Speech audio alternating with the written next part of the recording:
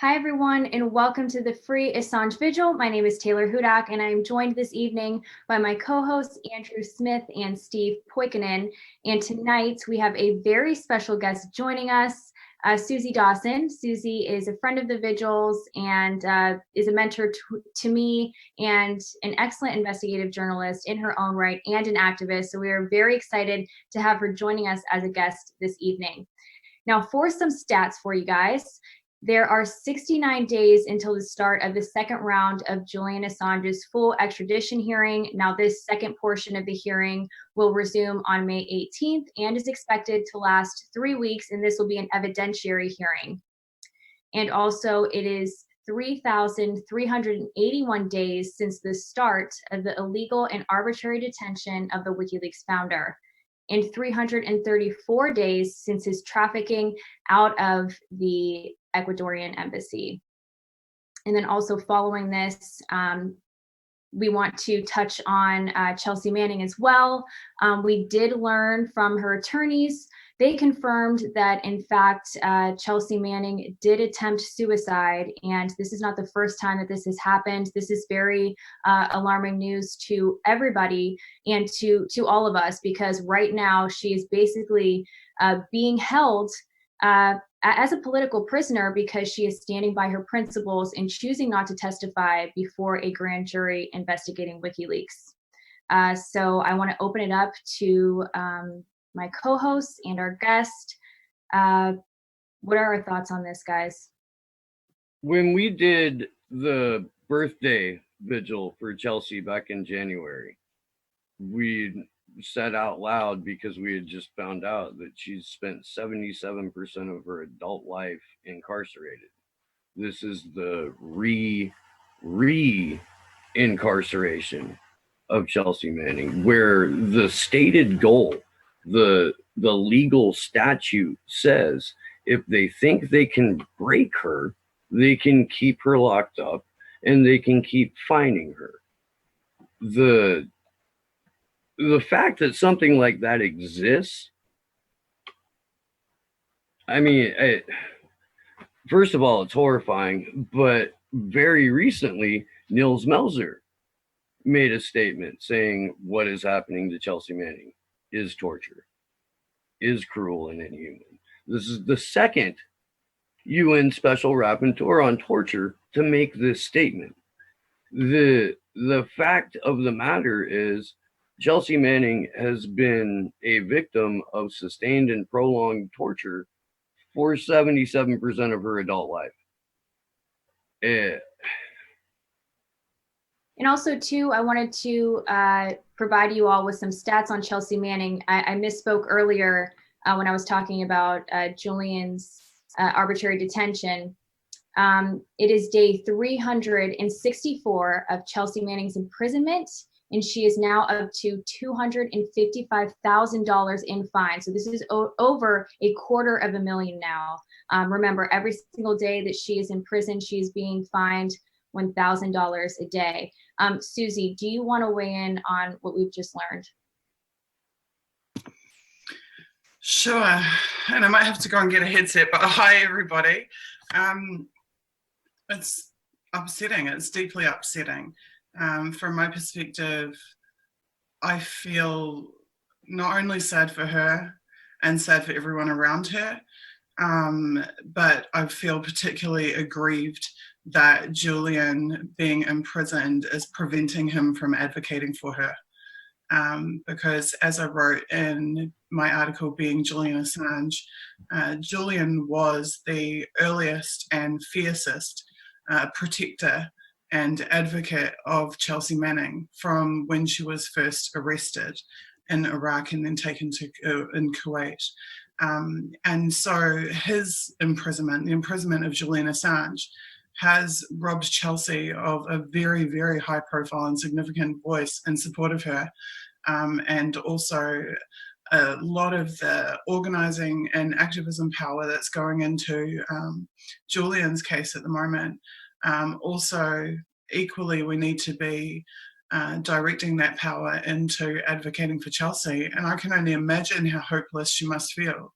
She's been there a very long time, and there doesn't appear to be any progress whatsoever. And so really that's my takeaway, is that yet again, I feel that the absence of Julian from the public space is also extremely detrimental to Chelsea, because I know how fiercely he would be advocating for her if he was able to. And this is something too, her legal team just recently released a new press statement as well, basically outlining the fact that Chelsea will not comply with this grand jury, that it's not something that they'll ever be involved in. It's not something that her team will ever actually do, and she will never actually break. And it's just a damn shame that it literally has to come down to this, that it has to be that the whistleblowers and the people standing up are literally tortured almost to death at this point.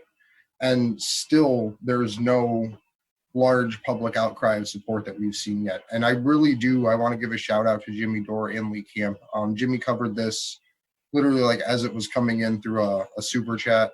Lee Camp put the tweets out about it about an hour ago or so. So I'd really like to say thank you to them for making sure that people heard about this.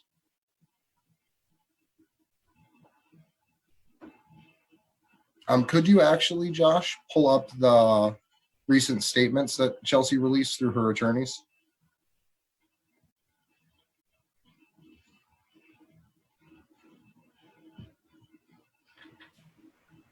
So we are getting this on the screen for you guys right now. This will help you follow along. And again, we want to give a big thank you to our tech support.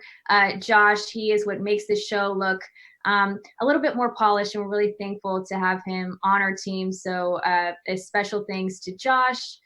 Started out as one of our viewers and an activist, and really used his skill set to help us with these vigils, which is very much appreciated. So we will have that up for you guys shortly. And we do have quite a bit of news to get to. And does he have it ready? What's up? It's up. Okay, Steve, why don't you walk everybody through this? Sure. This is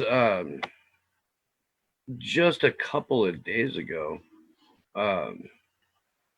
It says attorney Moira Meltzer-Cohen filed a motion to release Chelsea Manning based on evidence, including an expert's assessment of Chelsea's personality profile and a public condemnation of her coercive confinement by Nils Melzer, the United Nations Special Rapporteur on Torture, and other cruel and inhuman or degrading treatment or punishment.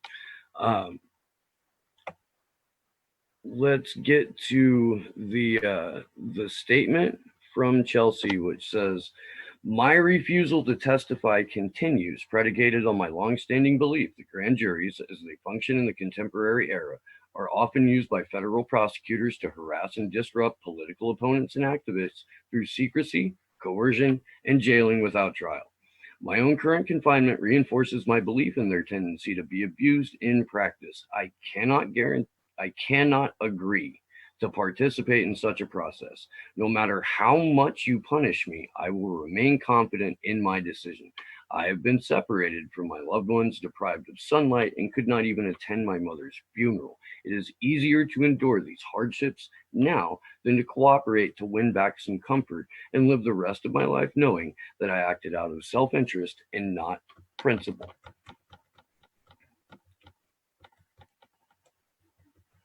That's a hell of a statement.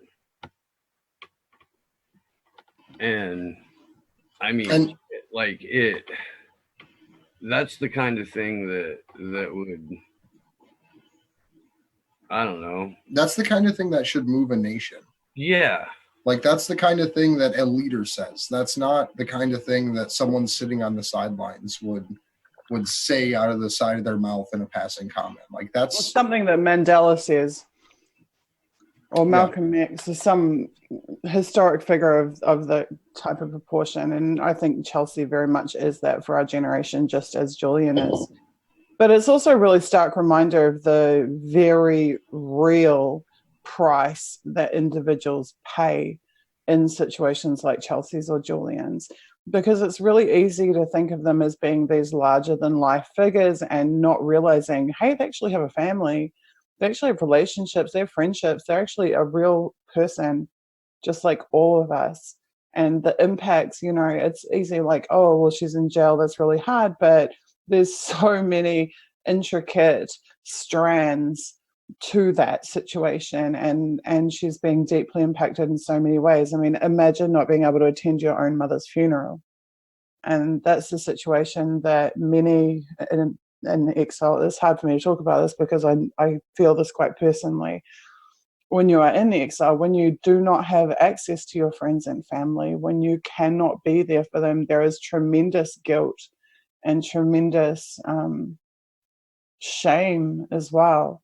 And while the values are so important that we make choices, there is a cost to that, and she's paying. We talk about Chelsea's imprisonment in terms of the fines or the numbers of days or whatever. But when you listen to that statement, she's talking about something more deeply personal than statistics. Yeah, it's absolutely very easy to get caught up in that and feel far removed from some of these figures that we hold to a really high standard because we value what they have contributed to our society. Also, too, to kind of reiterate the connection here with this extradition hearing and Julian Assange and WikiLeaks, just to sort of recap what happened on the second day of the full extradition hearing. Of course, Chelsea Manning, in her case, was brought up in court. Now, I was not present in court, so it may be a little bit more difficult for me to articulate this in a very precise way. But if you look at the evidence that was presented, and that was that there was basically no evidence to suggest that Manning was coerced into providing WikiLeaks with this material. When you hear about this, it really goes to show that she's being used also to keep Assange behind bars as well. And basically, the United States case is based off of mischaracterizations of her associations with Assange. We learned in court, I believe it was on the second day still, that she was not trying to get into that computer to access or get onto this certain account to access classified information, but rather just for entertainment purposes. And also, too, using that account would make no difference because the military tracks people by IP addresses, not by whatever account that they're using. So there was a lot about her case brought up as well. And Steve made the great point too earlier that this is, of course, a perjury trap to try to get her to testify. And this is actually a long history of incarceration with Chelsea. It goes all the way back to the military court, the tribunals and all, not tribunals, but the criminal cases that happened inside there, where they actually released the evidence that said no one was harmed. The Pentagon released evidence that said no one was harmed in the releasing of these leaks. And then you fast forward until the end of 2016, where in February, President Obama commutes Chelsea Manning's sentence. She gets out in January. She's out for, I believe, 18 months. In the course of that 18 months, she has the balls to run for Senate against a literal just cash corrupt politician. Holds a great campaign, gets literally ignored by almost every branch of media. The mainstream media absolutely ignores her. There's very few independent media reports on her. And she put out actually one of the best campaign ads of the literal entire political season. But no one picked it up. No one really carried it. And it just kind of became this thing because she wasn't tied in with all these other big names and big groups that she just got ignored. Fast forward a little bit, she goes to jail, leading up to the time that Julian was taken into jail under a grand jury at that time. That grand jury proceeded for 3 or 4 months, got dismissed. She was out of jail for the course of about a week or two, gets put back in with the same stipulation on the grand jury. It's essentially the same exact thing, just reconvene. And now she's been in jail for almost a year for that. And it's literally not even punishment by process, but just fucking punishment, because they let her out and they literally said, hey, here's 18 months of freedom. Like, this is what it tastes like. Are you ready to talk? She said no. They put her back into jail. They let her out for a week. They said, are you ready to talk? She said no. She goes right back in. So it's literally psychologically torturing her just by the way they're letting her in and out of jail, saying, hey, are you ready to go back to this world yet? No. Okay, go back into a dungeon. And it's just insane. Carrot and stick. Yeah. And the fact that it's not brought up in this larger context to show how the war on whistleblowers has just transcended from the Obama administration directly into the Trump administration, and then brought Julian with it, because they actually are willing to sell Julian out for a political favor. Absolutely. But when we went to that emergency free speech summit, like the main excuse when it was delivered, or the main issue raised when it was delivered, and there weren't too many people taking issue with Julian Assange at that event, was that, well, all he has to do is come here and reveal his sources.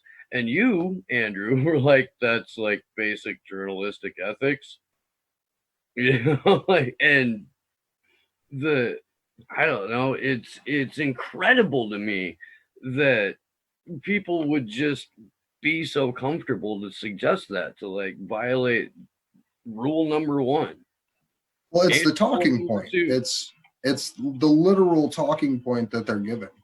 Not given as a piece of paper printed out in a fax machine in a dark room, but they go and they read what's happening in the world and they say, okay, this is what Daddy Trump's doing. Let me defend him in this way.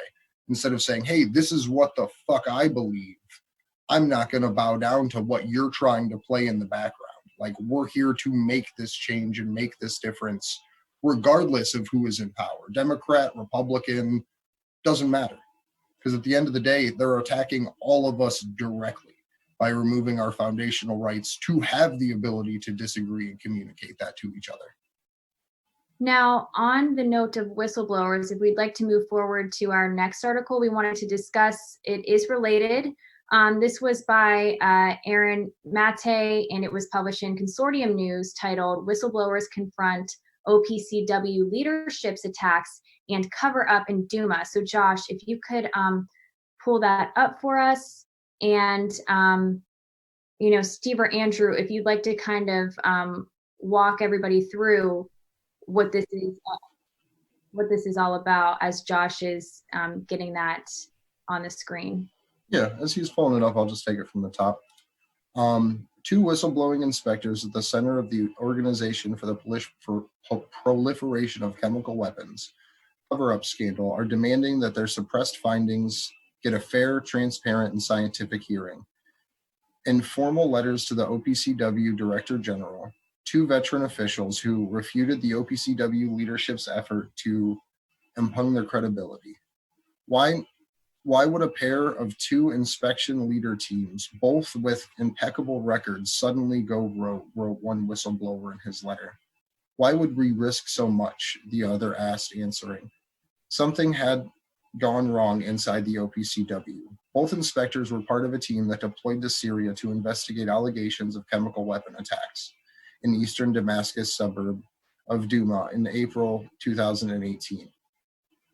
The U.S. government accused the Syrian government of a chemical attack, justifying missile strikes on a country by Washington and European allies.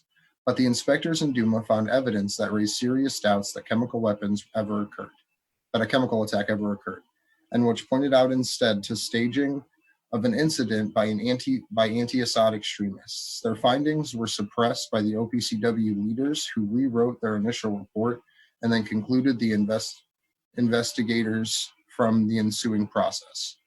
These letters by the 2 whistleblowers are a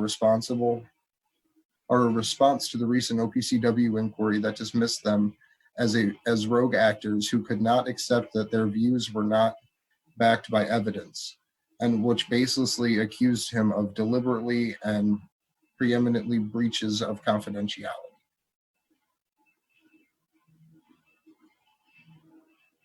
So OPCW releases factual documents. It gets ignored by the same mainstream media that said, look at the beauty of our weapons. And then those whistleblowers get smeared and attacked and basically at this point removed from their organization. Their professional names have been dragged through the mud simply for saying, hey, here's some factual information.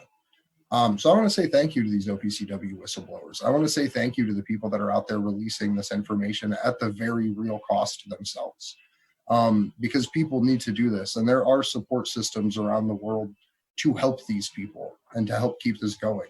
So I just want to make sure that I put it out there that I appreciate the fuck out of people sharing this information, because without this, we wouldn't know what actually happened. We would just go off of our speculation and us being able to say, no, that sounds like bullshit. You've done that in the same month every year for 6 years in a row.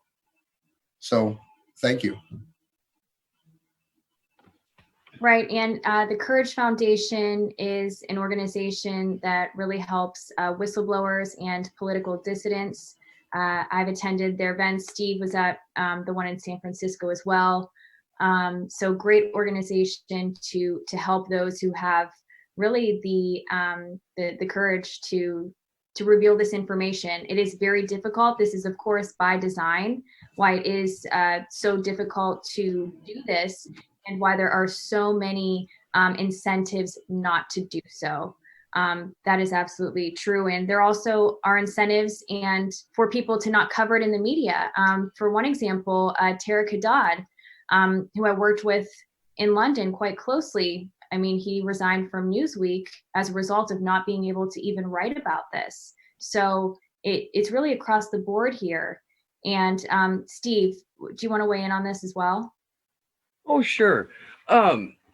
So a handful of us, when this particular round of gas attacks, as Andrew said, you know, the annual May false flag, when it happened, we said, look, this doesn't smell right at all. And in fact, they sent a CNN reporter over to sniff a backpack.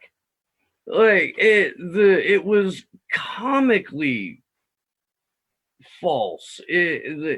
And so we got smeared for that. And Caitlin Johnstone was one of the people that got like just dragged for it mercilessly. And it turns out that we were right. We know that we were right because WikiLeaks is still operating, and they published, I believe, 4 separate drops that covered, you know, the overview, all of the internal emails that they got more. It was just absolutely fascinating. And what we found out is that the OPCW was given a conclusion to work backwards from. And so they did that, and the parts of the report that fit their narrative, they kept in, and the parts that didn't, they omitted. And in a couple of cases, they flat out fabricated a sentence or 3. I'm,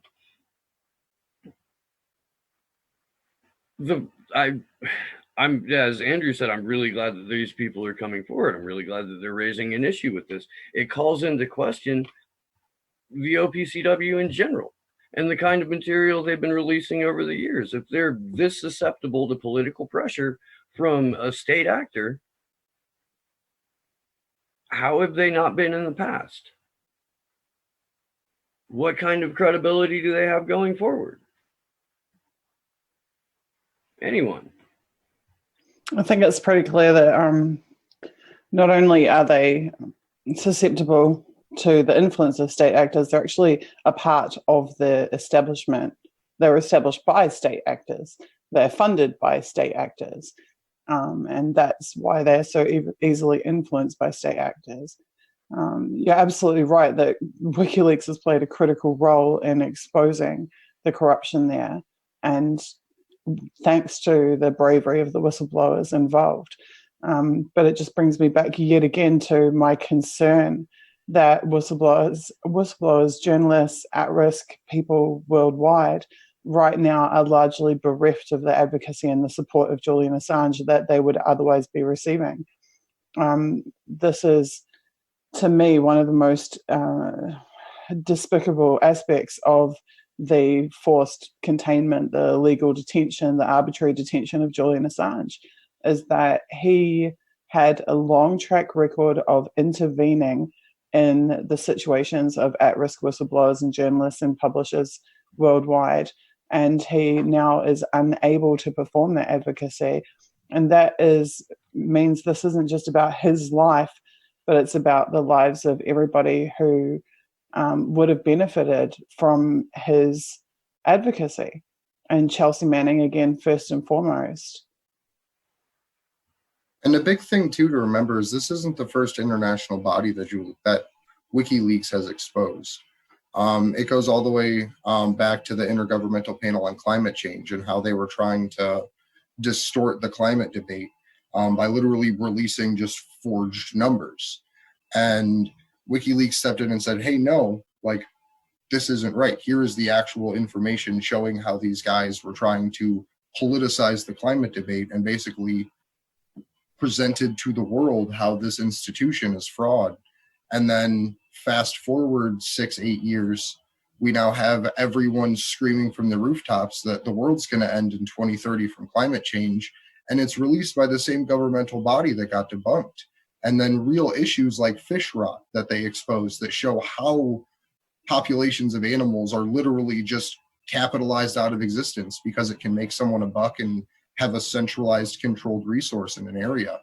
But even people in the climate activism community don't have their hair on fire about this because people just don't understand the gravity of the situation or haven't heard it in a way that they realize that if Julian Assange is extradited to this country, we lose all free press completely. There is no ability to have a difference of opinion because we will no longer be allowed to disseminate information outside of what protects the national interest.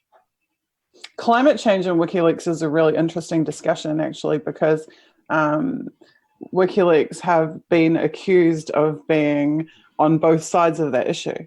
They have published documents that lent weight to what was purported to be climate change denial back in 2009, even though it wasn't. It was just straight whistleblowing. But then they've also published documents which have been on the other side of that debate. And so I think it's quite a good example of the way that WikiLeaks doesn't take a fixed position on issues, but they will publish the truth and evidence of corruption regardless of which side of an issue it's on. So if it's cover-ups and corruption amongst pro-climate change people, they will publish that. If it's cover-ups and corruption amongst climate change deniers, they will publish that. And so I think that is a really good example of their true journalistic independence, because they aren't publishing according to an ideology other than the ideology of publishing the truth. And it's also shows how corruption can exist on both sides of an issue, how groups can be corrupted or act in a corrupt manner, regardless of whether they're for or against something. And I think that's pretty unique in terms of WikiLeaks. I can't think of many other publishing organizations that are brave enough to do that, to step on both sides of the line. CNN at one point had a panel with a Koch brothers funded lobbyist and Bill Nye to discuss climate change. So you gotta give them credit for that hard hitting journalism there. With climate change specifically, it's important that there is an outlet that will publish about the pro-climate change groups that are up to no good. And in absence of a lot of that lately from WikiLeaks, there's a writer called Cory Morningstar who publishes out of the wrongkindofgreen.com and the Art of Annihilation. She wrote an entire series called The Manufacturing of Greta Thunberg, which I really recommend you read, and has been picking up and running with what has happened since the World Economic Forum in Davos with the New Deal for Nature, which is a just outright nefarious plot by the people who wrecked the planet to hijack what's left of it and hold it for ransom. So I wanted to also address the actual structure of WikiLeaks, which goes back to the point that you were making, Susie, as far as it is able to publish information that is detrimental to several political ideologies. And I think really the reasoning for that is of course, the structure and the way that it is set up in particular. WikiLeaks has no country, and it lies outside the typical boundaries that other media organizations find themselves in, being these political structures, social structures, and just having to adhere to certain societal values. And we see that with American media and Western media, of course. So being the way that this organization is set up, which I think was done in a very well thought out, methodical way, that is why it's able to work and to exist. And we don't see anything else like this. We've seen some other organizations adopt like pieces of or some strategies from WikiLeaks, like specifically the secure Dropbox. But really in itself, it's something that's quite unique. And I think it does change the way that we talk about the media and the way that information flows in particular. Sure, but it's also about the funding model. So they're not reliant on traditional funding structures. They're not reliant on corporate money.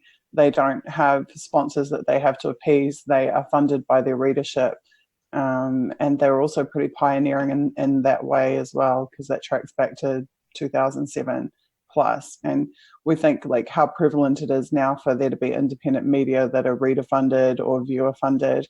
WikiLeaks saw from the outset that they needed to be people powered in terms of their financial structure in order to retain that independence in their publishing.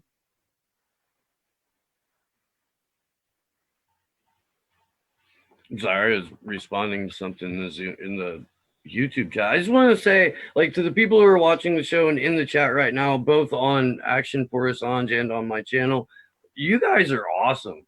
Like, there's not a single idiot in there. There's nobody hating on anyone. It's a regular old love fest, and it does my poor cold black heart some good. Are you guys through the news section yet? No, we have a little bit more. So Craig Murray, who has done just incredible reporting during the first round of the extradition hearing, and is just a fascinating individual and just great writer. He has a piece out that is basically echoing a lot of what we've been talking about here on the Free Assange Vigil series over the last several months. And it's titled Julian Assange Hearing, Your Help Wanted. And it's a simple list of things that you can do, because really there's plenty of times where you can kind of start to feel powerless, and that's because this is a fairly Herculean task. And as Andrew has mentioned, and we've mentioned, the literal fate of press freedom is at stake. It's not it's not a tiny goal, but it's a worthwhile one. So here's a list of what you can do to help.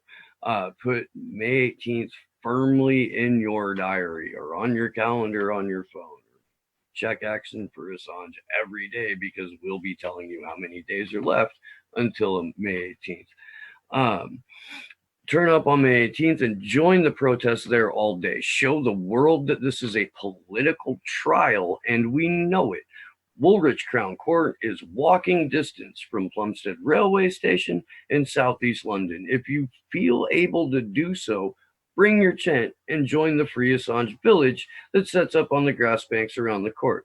There's loads of available space, but if you can just turn up for the day, that is just as valuable. Protests will roll on every day throughout the hearing, which will continue for a minimum of 3 weeks. And Commander X now has been on the Free Assange Vigil twice, and both times his lone advice, or most stressed advice, was Sell everything you own, grab a bus ticket or a plane ticket, and occupy Belmarsh, occupy every British consulate, occupy, DC, occupy.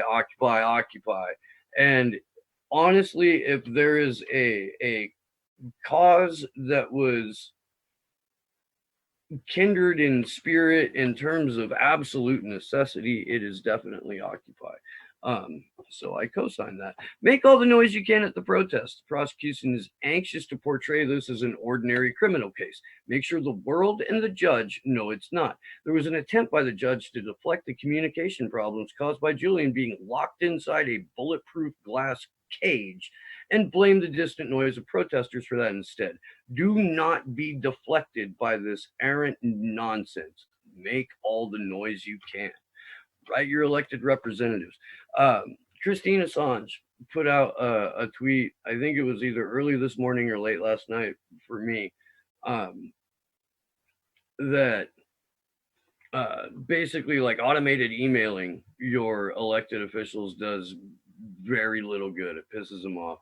If you write a personal letter, it is much more likely to get the attention eventually that it deserves, as long as the envelopes pile up, like in Frosty the Snowman, the animated Christmas time show. Anywho, publishing the truth should not be a crime. WikiLeaks exposed war crimes and worldwide corruption by governments. Key points in your letter to your MP or senator or representative. The prosecution case rests entirely on the argument that the US-UK extradition treaty of 2007 is legally enforceable, but that specifically Clause 4 of the treaty, for Clause 4I, forbidding extradition for political offenses has no standing in law. This is an absurd argument. I'm going to pass it over because I don't want to read this whole thing out loud.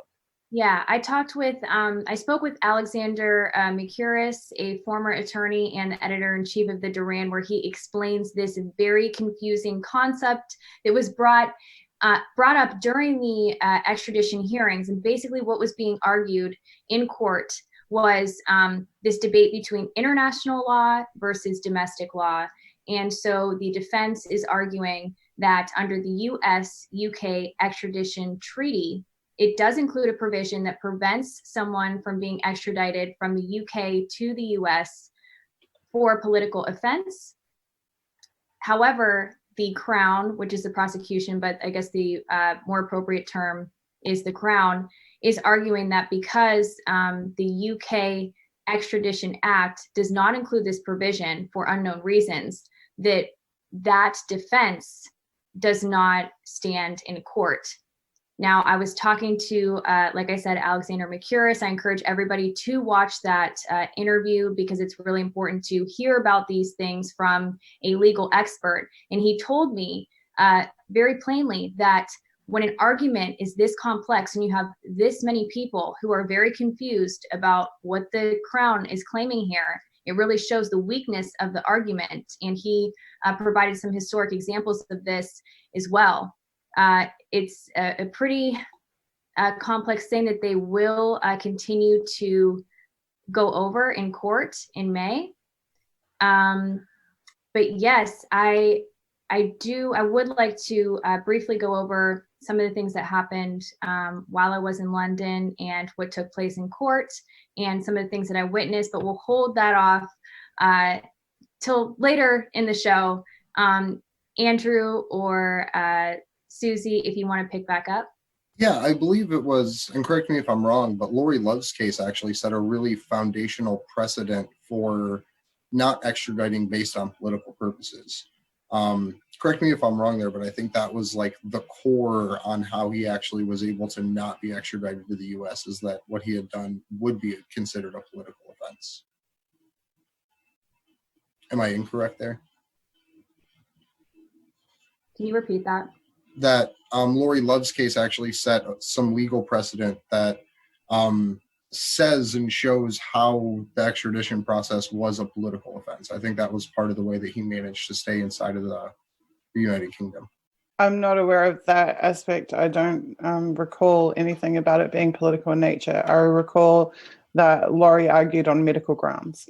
on the prison conditions were so terrible in America, and that he himself, Laurie, is on the spectrum, and that he was suicidal, and that there was risk of him not surviving should he be sent to America.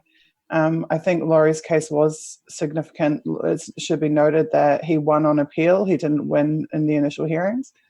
And also Gary McKinnon before him, his case was very significant as well to Julian Assange. However, my concern is that Julian is not a UK citizen. Laurie was a UK citizen, arguing in a UK court to not be extradited to a foreign country. So I think there is a little bit of a difference there. I personally would like to just take a different tack for a minute and talk about this coronavirus stuff in terms of Julian and WikiLeaks, and also in terms of his extradition hearing. I'm really concerned at the moment with the announcement today about travel restrictions from Europe to America, that may go the other way as well, that people may be reluctant to travel to his hearing that otherwise would have gone to it. And also, I think it would be good to talk about Christine's concerns about the prison itself in terms of its ability to test and detect and treat coronavirus. Yeah, that's a really good point. And then also, too, as far as the health issue that you were addressing earlier, that was also brought up in court as well. The fact, and also the U.S. prison conditions being so poor and the increased risk for suicide there. But yes, that is a really, we were originally thinking, oh, should we talk about the coronavirus? However, that's a really, really good point. You know, people who are already not well, we know Assange isn't quite well right now, are more susceptible to be really harmed by this virus and contract this virus. It's not something I've been following too closely, to be honest, right now. So Andrew or Steve, if you guys want to pick up with your thoughts on the point that Susie was just making. So Andrew and I have talked about this a little bit, and you mentioned it in the group chat this morning, but this is also a subtext for a crackdown on freedom of assembly. Washington State just banned gatherings of 250 people or more. They canceled an NBA season. South by Southwest canceled travel restrictions. If you were conspiratorially minded, you would look at this as a just open door for the kind of Agenda 21 New World Order kind of stuff, you know? What it's going to do in terms of people getting to Belmarsh and being able to protest outside of it and have a free Assange village of sorts, it seems like it would be a decent excuse to ban gatherings, like altogether. And in terms of Christine Assange's concern, absolutely. Prison system is not the place you want to be sick. It's not the place you want to have a viral outbreak. There's no way that is a top priority of any state official. Oh, we've got to look out for the prisoners. That's not something that occurs to these people. Like, it's only the families of the people who are incarcerated and the inmates themselves that have to just make, as Craig Murray was saying about Julian, make a ton of noise before the prison system is willing to address it. Even going as far as the prisoners themselves having to organize and make noise just to get Julian treated a little bit better inside of Belmarsh prison. But I had just had the tweet up on the screen for Ms. Assange's concerns about coronavirus and Julian in prison. And I just want to point out that that's an almost impossible tweet to find. That's something that if it hadn't been put out there and I had known how to find it, I couldn't have been able to look it up, because you can't search COVID-19 on Twitter. It doesn't allow you to actually go through and look at all the different information. So I would actually encourage people to just search it on there, because they just redirect you to like official information essentially. But do we want to move to Jeremy Hammond's recent statements that came out? Yeah, I will say though, I mean, I am like really concerned about this as far as traveling wise, because I do plan on being there in May, and it seems like the things that are happening right now seem so extreme to me. And I feel that this is not the end of this, these measures being taken, but only additional measures are going to be taken, because we have never seen like the NBA cancel an entire season. I mean, that's what they're attempting to do right now. So, I mean, it is a really unique situation, of course. But yeah, I do worry about that, because it does put fear in people's minds, and it really does prevent them from wanting to be in, you know, big groups. And that's essentially what demonstrating and protesting really is, or often consists of. But yes, we were talking about whistleblowers earlier, and real quick, one more thing while we're on the point of coronavirus. Be a citizen journalist. Be someone that, while all of this is happening, go outside with your camera and show the world what's actually going on in your communities as whatever they try to roll out starts happening. We'll play them here, worst case scenario. But it's horrifying to me to see the responses of totalitarian states being praised by people as the way the US should handle this, when in October 2019, there have been reports that showed the location of forced labor camps, slavery camps in China. So to me, this whole situation is just beyond anything I could control. It's crazy. right. Really interesting points, Andrew. I'm sorry to interrupt you, Taylor. I hate that this creates a pretext. That's what it feels like to me. I hate that it creates a pretext. I also, I feel like what's unrolling right now with coronavirus is not just about 2020, but it's actually about everything that has led up to 2020. Like we were talking yesterday about NDAA in 2011, National Defense Authorization Act. There's already legislatively all of the tools in place for detention of American citizens on American soil, or off American soil for that matter.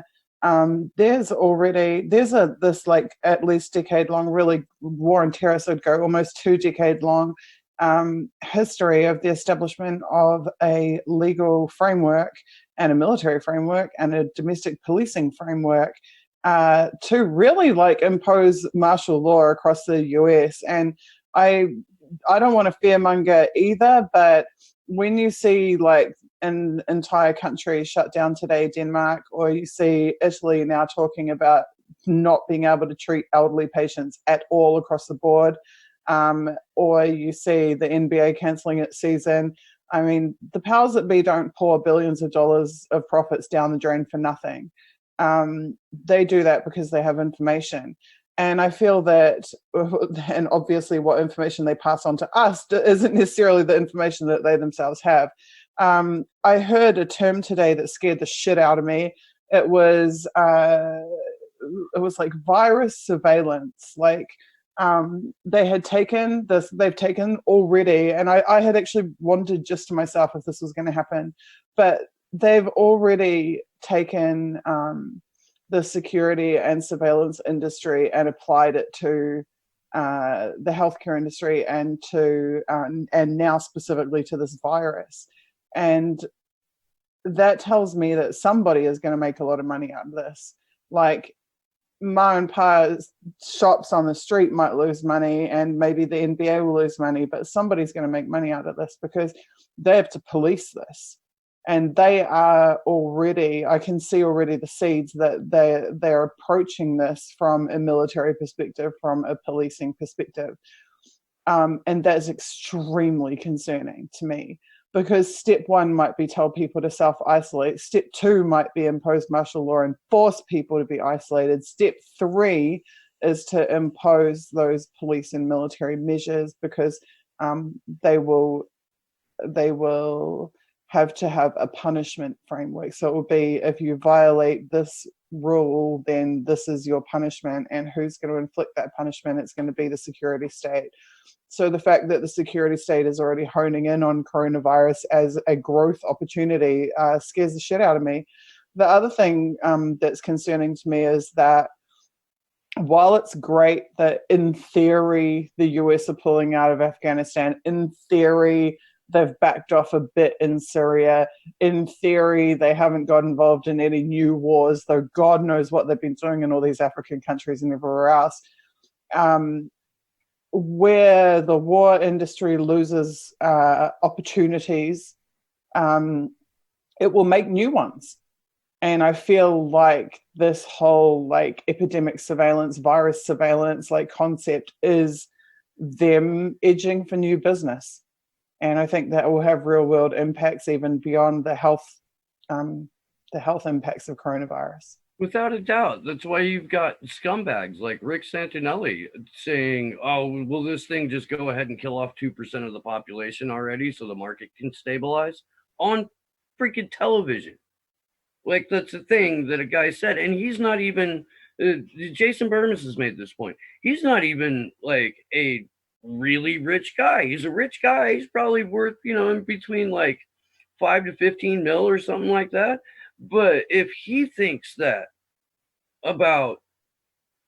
if he's that casual about 2% of the global population being killed off by a virus so that the market can stabilize, how do you think the people that are worth billions of dollars feel about Rick Santinelli? Like, that's how just mind-bogglingly malicious and evil way too fucking many people are.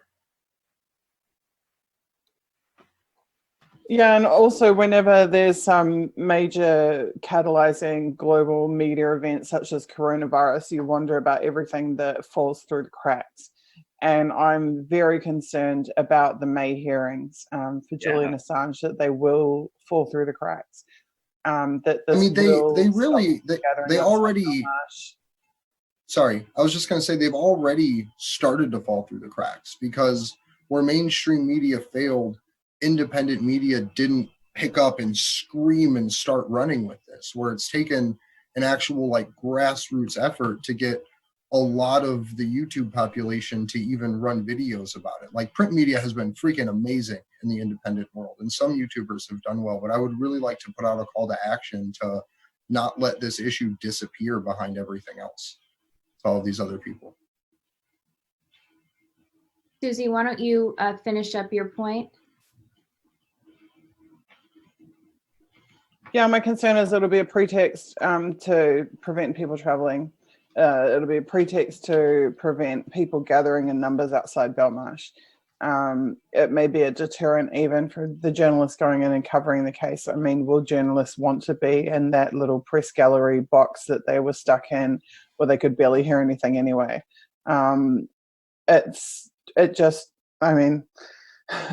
In theory, the Europeans being restricted from traveling to the US should be great news for Julian, because then in theory he shouldn't be able to be extradited to the US at all. So maybe there's a silver lining there, but I'm sure they'll come up with an exception to that rule should they need it.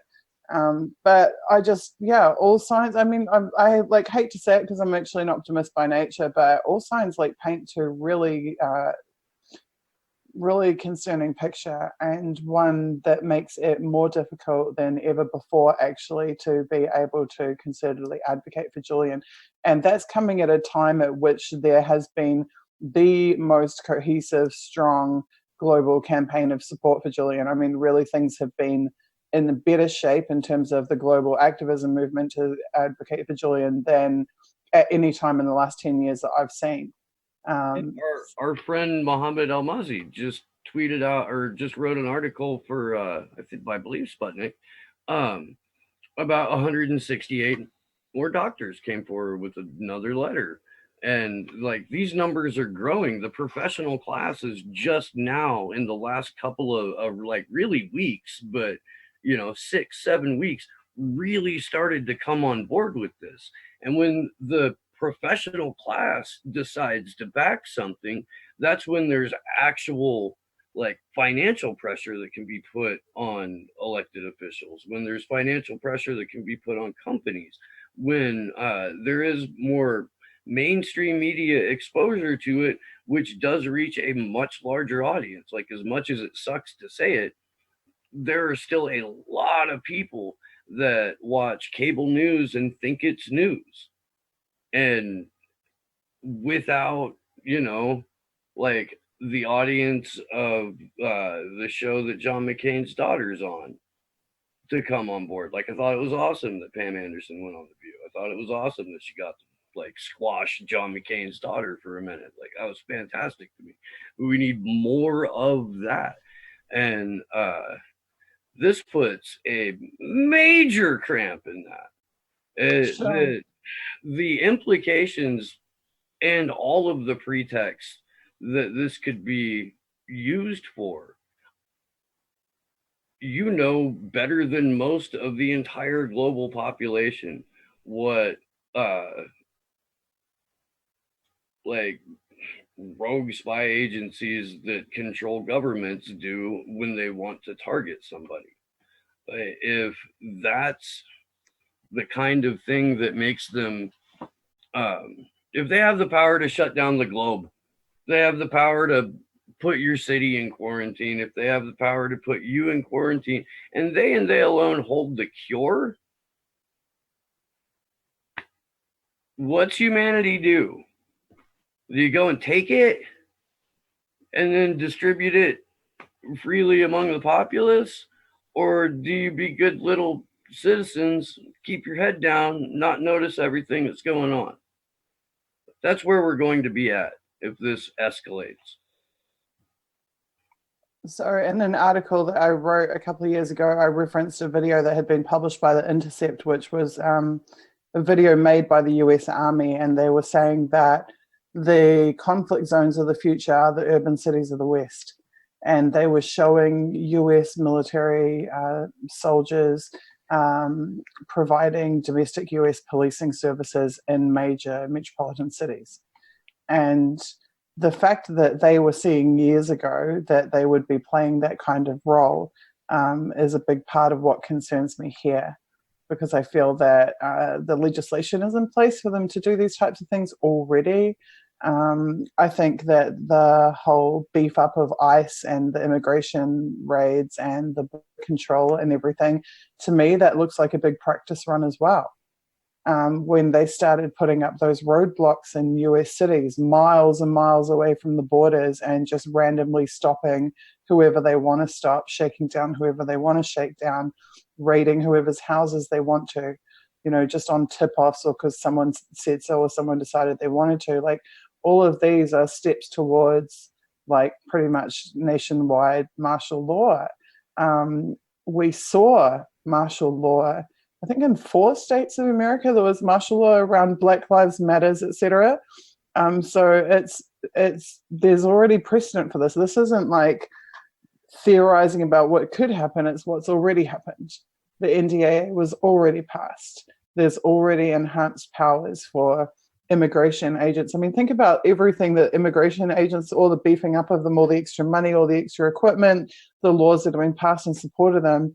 We were told that was for like Mexican drug cartels or whatever, but is that now for Europeans? Is that now for, it's so easy for them to just push that line out a bit and out a bit and out a bit further. Until next thing you know, it's affecting all of us.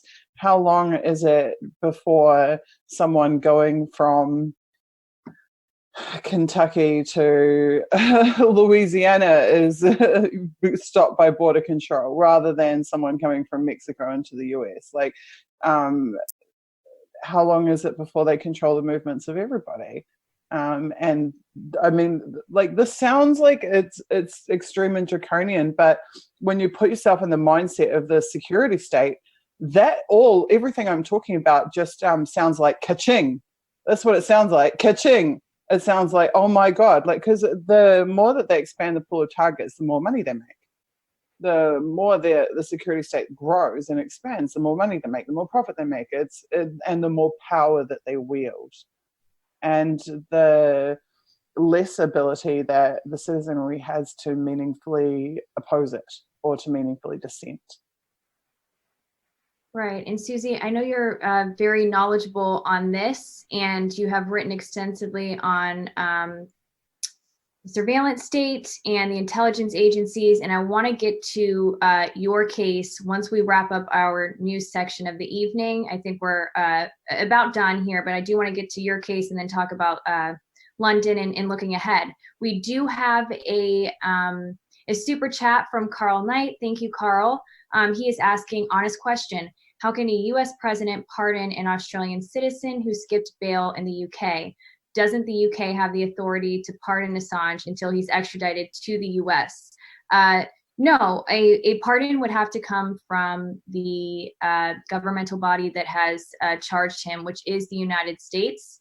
And also, too, I did bring up an issue a couple of weeks ago that I actually found the answer to. I was a little bit curious about it myself, and that was the fact that the UK can extradite an Australian citizen. But it's very clear in the extradition treaty that a person's nationality has nothing to do with that person being extradited from the UK to the US. So that has no weight, that has no bearing, but the pardon would have to come from the US. Now, as far as the UK, right now, as you said, he is in prison right now because of skipping bail. And for skipping bail, and was given the maximum sentence that he could receive, which was a huge power grab, because typically, at least with the research I've done, typically people who get the maximum sentence in those sorts of offenses are typically people with an extensive criminal history who are a threat to the public. That's clearly not the case. Assange is not a threat to the public, doesn't have an extensive criminal history. So I hope that answers your question. And then Susie and my co-host, if you guys also want to weigh in on this as well, and then we'll move on to our next few news items. But yeah, I want to give you guys an opportunity to respond to Carl as well. I have a little bit of feedback on that. So it wouldn't actually be a pardon, it would be a clemency. But what the US could do more simply than that is simply to disband the grand juries and drop the charges. That would take care of things pretty quickly. And just a tiny note too, he's not technically in jail in Belmarsh anymore for bail jumping. He's actually served that sentence in full. He's now straight up being detained on the basis of the extradition proceedings to the US. Yes, and Andrew, Steve, any thoughts on this? So the warrant that was issued for violating bail was issued like a week to 10 days after he had already been granted asylum in the Ecuadorian embassy. The UK police should not have been able to issue that warrant in the first place. But because it's multiple intelligence agencies and state governments, world governments, that have been targeting this man for as long as they have, the rule of law doesn't matter. I got to be on Loud and Clear on Sputnik with Brian Becker and John Kiriakou on Monday. And that was one of the things that I tried to drive home, is that the entirety of this case, everything surrounding it, what's happening to Chelsea, what's happening to Jeremy Hammond, what Julian's family is going through, and everybody's family is going through, what Susie's gone through, what Kim.com's gone through, like all of it, what Ed Snowden's gone through. It's a breakdown of the rule of law, an erosion of it, right in front of everyone's face.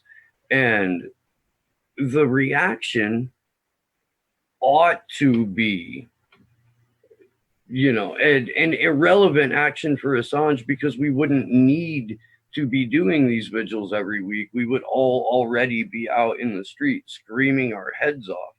And the fact that we aren't is why we continue to do this. It's why we're going to, make as much noise as we can. It's why we want to go back to DC and London. I don't know. I mean, it's wild to just stop and think about an erosion of the entirety of rule of law. It really is. And that's precisely what people need to be shouting about. If we're going to call on independent media, Andrew, this is one of the things that you guys need to focus on. Right. Something that's really, oh, sorry. I was just going to say something that's really bothering me at the moment is that I feel that the world is more in need of information than ever before, accurate and truthful information. I mean, at the point at which entire countries are shutting down and just the entire state of the planet, we need information. We need true and accurate information. Who is our most reliable provider of accurate and true information? It's WikiLeaks. One of my first thoughts today, seeing this coronavirus news, was, what would Julian be saying about this? What would Julian be tweeting about this? What would he be thinking about this? What information already exists in the WikiLeaks 10 plus million documents that's relevant to this that he would be pulling out of there and sharing with everybody? We are actually, it's not just that we're deprived of his voice, but we're actually more at risk for not having access to his voice. We need access to his voice. And his platform is our best chance at being informed about issues that are of global significance and consequence, and of consequence to all of our lives. I trust in WikiLeaks a great deal. I believe they'll continue to publish. And I do hope that there are whistleblowers out there who are continuing to send them information, because we need it more than ever before. But it is a tremendous loss to humanity as a whole to not have access to Julian's expertise and to his voice and to his action, because he was someone who took action constantly, and we need that. But where is information going to come from? It was only a week ago. I sent an angry tweet today about Trump as he was announcing that he was going to address the nation in however long. Because I watched him address the nation a week ago, and he said, "Oh, don't worry, our response to coronavirus is fantastic and scrupulous and wonderful and everything's great and only 15 people have it, and any day now no one will have it because we're going to take care of it," and blah, blah. This is like a week ago, and now the NBA has cancelled their season. So this is where we're at. And information that is coming out of politicians, be it the White House or whoever else, is not reliable information. It's not true information. It's not going to save anybody's lives. They don't need to be told, wash your hands. I mean, we've all been told that since we were kids. We've been told that since kindergarten. Where are we going to get true information from? We're going to get it from WikiLeaks. But WikiLeaks has been systematically attacked, targeted, weakened, threatened, smeared, harassed for a decade. And yet we need WikiLeaks to be as strong as possible. We need them to be able to continue to do their critically important work for us and for all of our benefit. And so we have to, it's on, I mean, also, I wrote a tweet earlier and I said, like, with Chelsea in prison, with Julian in prison, and Julian unable to advocate for Chelsea and organize for Chelsea the way that he did for so long, we have got to step up. And I mean, that's a part of why I'm here tonight, is I feel myself that I have got a duty to not actually focus on my case, not actually think about my case, but to really restart my own advocacy efforts, because it's going to take all of us to do anything about this. It really is.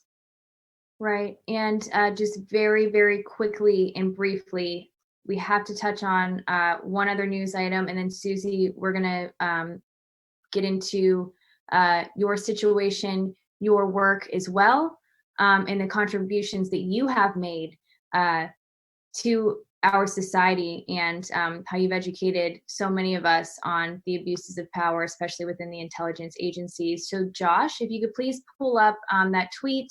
This is in reference to Jeremy Hammond. We just want to make you guys aware, of course, that there is a court appearance or court hearing that will be taking place on Friday, the 13th. Do we have that up?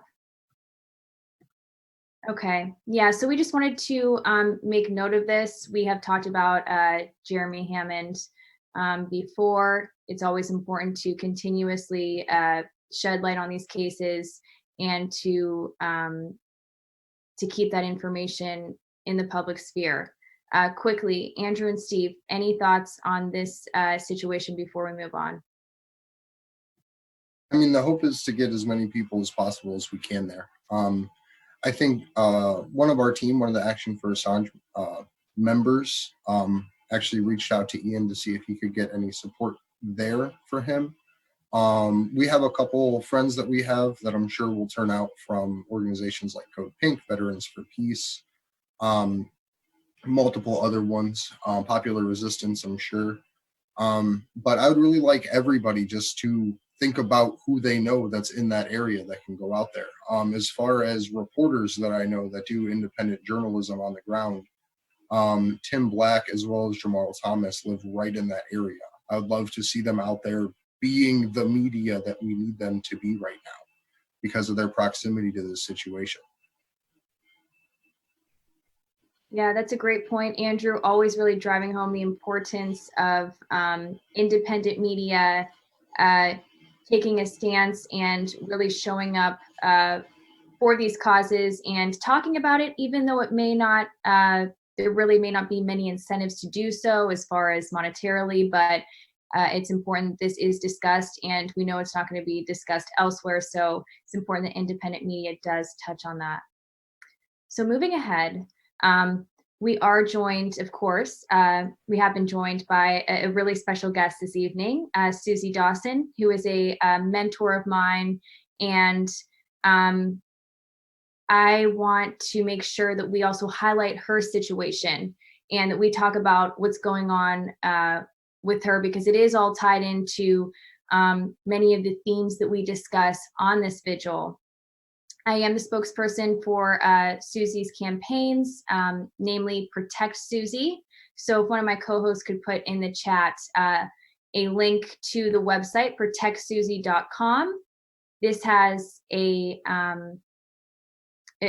variety of sources of information discussing Susie's case. Now, I know many of you are familiar with her, but in the unlikely event that you are not, Susie is an investigative journalist and activist from New Zealand, and I want her to be able to have the opportunity to discuss her case with you all, and then we can open it up to the co-hosts and discuss this further. But Susie, I want you to have the opportunity to share as much or as little as you would like for us. Sure. So if there's specific questions that you want to ask me, I mean, I'm pretty aware, Taylor, that was a great introduction, but I'm pretty aware that Andrew and particularly Steve have for a very long time been wanting to get me on the vigil. And so if there are specific things that you want to pick my brain about or things that you're curious about, then I'm like more than happy to answer. To be honest with you, the last thing in the world I feel like doing is advocating for myself right now. Because I feel like the things that are going on are so much bigger than me and bigger than my situation. And while that doesn't help me very much, at the same time, compared to like what's happening to Julian or compared to like what's happening to the planet, talking about my situation seems paltry by comparison. I can tell you, maybe I can just give a little bit of insight to what it's like to be me at the moment. I can tell you that seeing all of this coronavirus stuff is absolutely terrifying in terms of concern for the well-being for my family and friends in New Zealand, concern about not being able to do anything for them meaningfully or support them in any way, concern for my kids. I mean, my kids and I have lived in near total isolation for years. We have very little contact with people. It's almost like my very dark Kiwi sense of humor And I think Snowden's as well, from his tweet tonight, where he said social distancing is underrated. I mean, Snowden knows a humongous amount about isolation. He knows exactly what isolation is. And I know what isolation is too. I've learned that in very hard ways in the last few years, because our situation means that we can't just go and meet any random person that wants to meet us. We can't. We have language barriers. We have precarious legal status. I mean, I can't go on the trains. I can't do basic things because I am at risk of detention or deportation. I should, just as a general update on my situation, I did recently file an appeal, and it seems like I'm okay for the moment legally. My lawyer said, though, I've only got a matter of months. So I am in a precarious situation, but I'm in a okay for today situation, if that makes sense. But yeah, it's really absolutely horrible not knowing what's going to go on, especially being in a foreign country, not speaking the language fluently, not knowing what happens to us if basic local services start to go down. It is really concerning.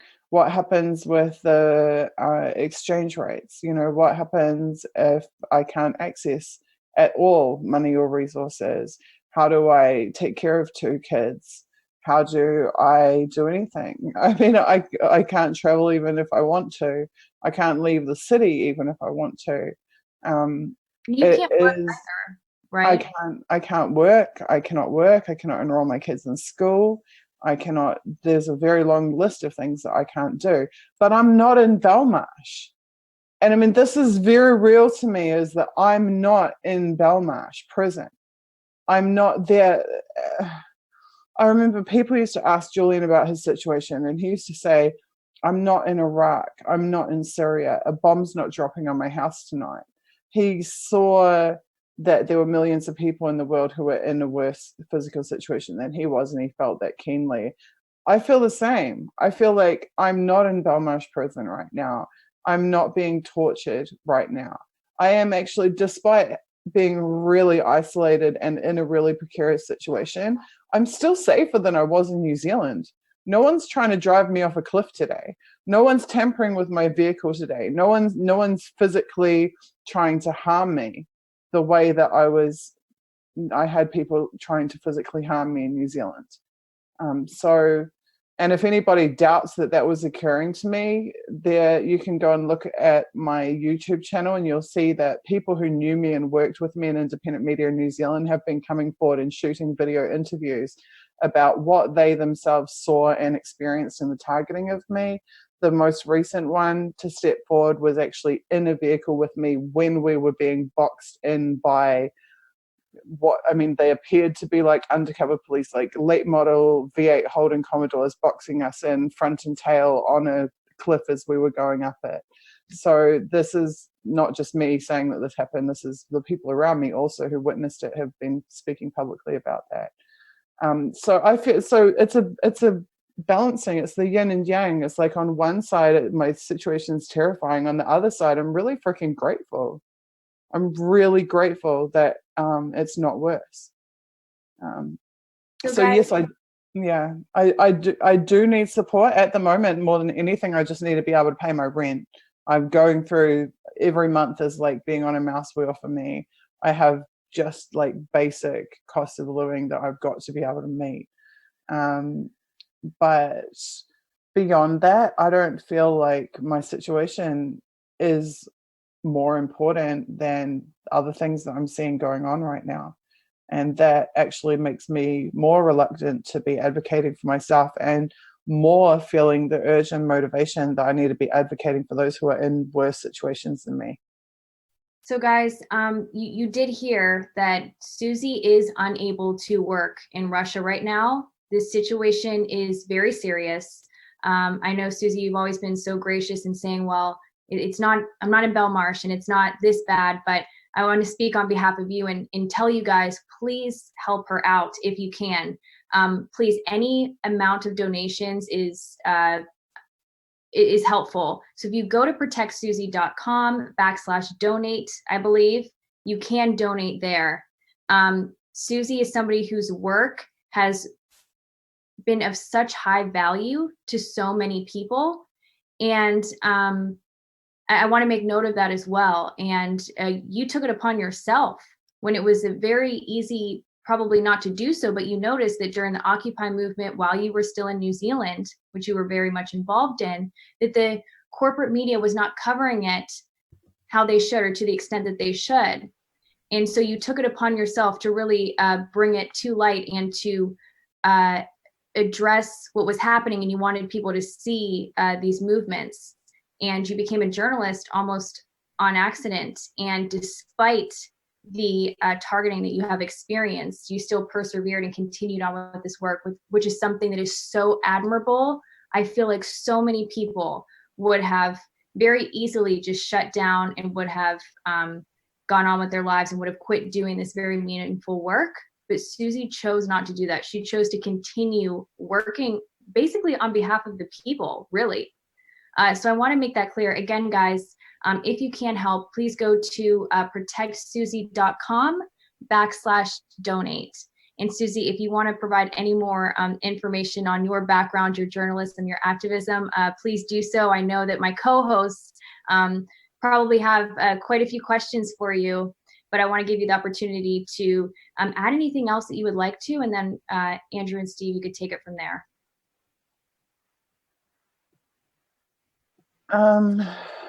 I would say that the work of Julian inspired me, the work of WikiLeaks inspired me, the work of Michael Hastings inspired me. I used to read Michael Hastings' columns before he was killed.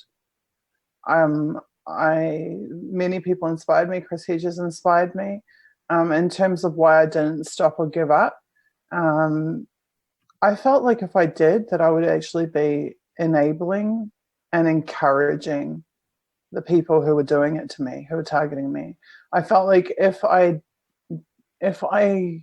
allowed their targeting of me to be effective, that they would just move on to do it to other people, and that I would somehow be a part of that. I'd be a part of enabling them to continue to target other people. Whereas if I went the other way and doubled down and doubled down and doubled down and doubled down in my work, and also in speaking about what was happening to me, that had a better chance of either preventing them from using the resources they're using to target me to target other people, and that possibly maybe even I'd shine enough of a light to make them think twice about what they were doing. I definitely think that they have been made to feel some level of discomfort by the whatever level of exposure of my situation has managed to come to pass over the last few years. And that's good and right, because they need to be held accountable, and people need to understand what they're doing, because they're doing it on our money. They're doing it on public money. They're doing it under the guise of enforcing the law, under the guise of law enforcement. But they're breaking the law. For people that aren't familiar with maybe what you're referring to when you're saying that they are doing this, can you just specify for maybe people who aren't familiar with your case what you're referring to? In terms of the targeting of me? Yes. So basically, you mean like the specific incidents of targeting? No, just that you were being targeted in general. I noticed that we didn't really highlight that. And for people that are maybe just hearing your story for the first time, I want them to be very clear of what we're talking about. Sure. So probably the easiest way to understand it is in the context of the 2018 state. Oh, hold on 1 second. Sorry. All right, guys. Susie Dawson is with us. We are discussing her situation right now. I just wanted her to clarify a few things for you. As we've been getting new viewers, perhaps people are not familiar with her case. We want to make sure that everything is really clear. And if you're wanting to learn more, again, go to protectsusie.com. If you're able to donate, any amount of donations is very helpful. go to protectsusie.com/donate, and she will be joining us shortly again to kind of talk more about her case.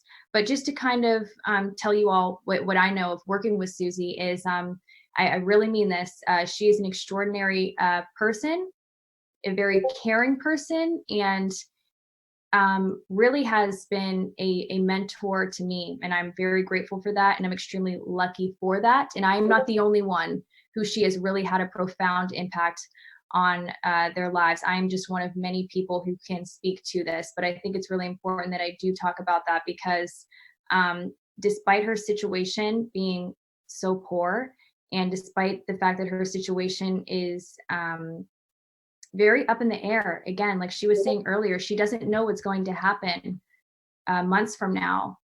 And she has children as well. And of course, they're going to be impacted by this. So I wanted to make sure that we do talk about her case as well. And also her work was circulated by WikiLeaks and Julian Assange. Susie has had some very high profile, professional relationships with people like Kim.com, Julian Assange, Christine Assange.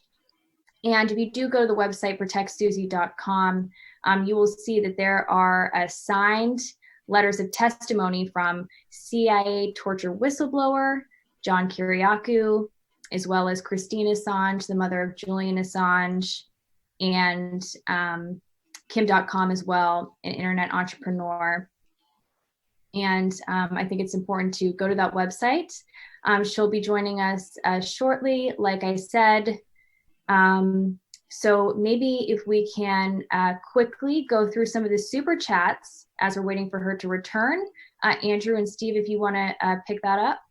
Yeah, we had two come in. This first one is from Triana B. Fine. They said, who ordered Julian to go to Belmarsh prison in the first place? It was the joint operation between the United States ambassador to Germany and the International Monetary Fund and the government of Ecuador that arranged a situation that we found out about through Cassandra Fairbanks's audio. And then while that was all going on, or before that was all going on, Donald Trump had actually worked with Dana Rohrabacher, which came out through Kim.com's releases. This was back in 2017, that basically showed that there was a deal set up for Julian to admit his source in return for a pardon. And this was back in 2017, which he responded with a very firm, you have a First Amendment and a Constitution, they can follow it. I'm not doing favors for anyone. So to continue, technically he's a bail jumper. He's served the whole sentence. Technically already, it got dropped. It was no longer there. The only thing keeping him in jail is the political offenses the U.S. are trying to levy against him. And no, they don't generally keep bail jumpers in Belmarsh. That's literally, it would be like sending someone with a petty crime to Guantanamo Bay. It's exactly what it's like. And yeah, time served. He's being held on remand. That the only reason he's there is because they're scared shitless of letting him out, because he might tell the truth about something. It is just absolutely ridiculous that a non-violent human being who has never had a whisper of violence in his background is not only being held in the Guantanamo Bay of the United Kingdom, but has to go to the goddamn human cage, the human zoo, where he can be put on display as a show of force by the state to let people know what happens if you tell on them for their crimes. By publishing the documents that someone gave you, not by engaging in hacking, not by engaging in espionage, but by being a public disclosure outlet, which, by the way, is now in the NDAA as classified under the umbrella of terrorism. Activists, leaktivists, and public disclosure outlets. Terrorists. I'm going to pull up, actually, while we wait for Susie to get back. Jennifer Robinson's recent statements at an event for the dangers of extraditing Julian. Okay, real quick though, Bobby Foxglove, if A4A was not here, I would feel much less hope for a good outcome. Wish I could support much more. Thank you very much, and don't ever feel that way, ever. It's awesome that you did what you did. And the hope is to turn people's fear not into fear, but into action, because we don't know what's going to happen. But we, as the collective of the human race, have the ability to grab the wheel and turn it in the appropriate direction, metaphorically. So we had one more come in from Castello. Best of luck, Susie. Great coverage, folks. Thank you, Ed. And I hope that this becomes so much more to people, that they go out in their daily life and make activism a part of something that they do, and then come back here to receive literal, accurate information about the world, to then return to the activism outside of Wednesday nights. Because I want this to be a rally cry, not a YouTube show, I guess would be the way to describe it. Yeah. But Yeah, no, I was just going to say, I think we all very much share that. And that's initially why we decided to do this, was to inspire others to really take action. I'm sorry to cut you off, Andrew. Do you want to finish your thought? Oh, it was finished forever ago. Okay. Well, as I'm waiting for Susie, just to provide you guys with some additional background information on Susie, if you are just hearing about her case for the first time, Susie Dawson is a journalist and activist from New Zealand. Right now, she is in Russia, and she is basically re-seeking temporary asylum in Russia at this time, but she initially went to Germany when she left New Zealand, because the targeting of her in New Zealand was so severe. She went to Germany, and eventually the targeting caught up with her while she was in Germany, because remember, it is a NATO country. So when there was basically no other options left, she had to go to Russia, and that's why she is there now. And I just wanted to make that clear for you guys to kind of understand why she's in Russia and how she got from New Zealand to Germany to Russia. Andrew, you have a clip to play, I see. Do you want to get that going? Perfect.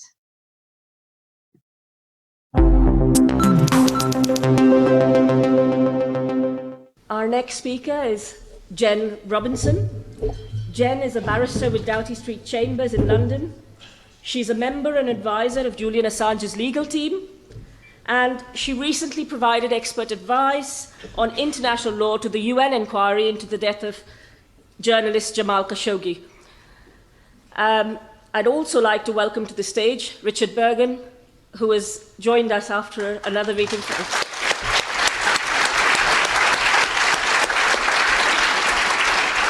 Over to you, Jen.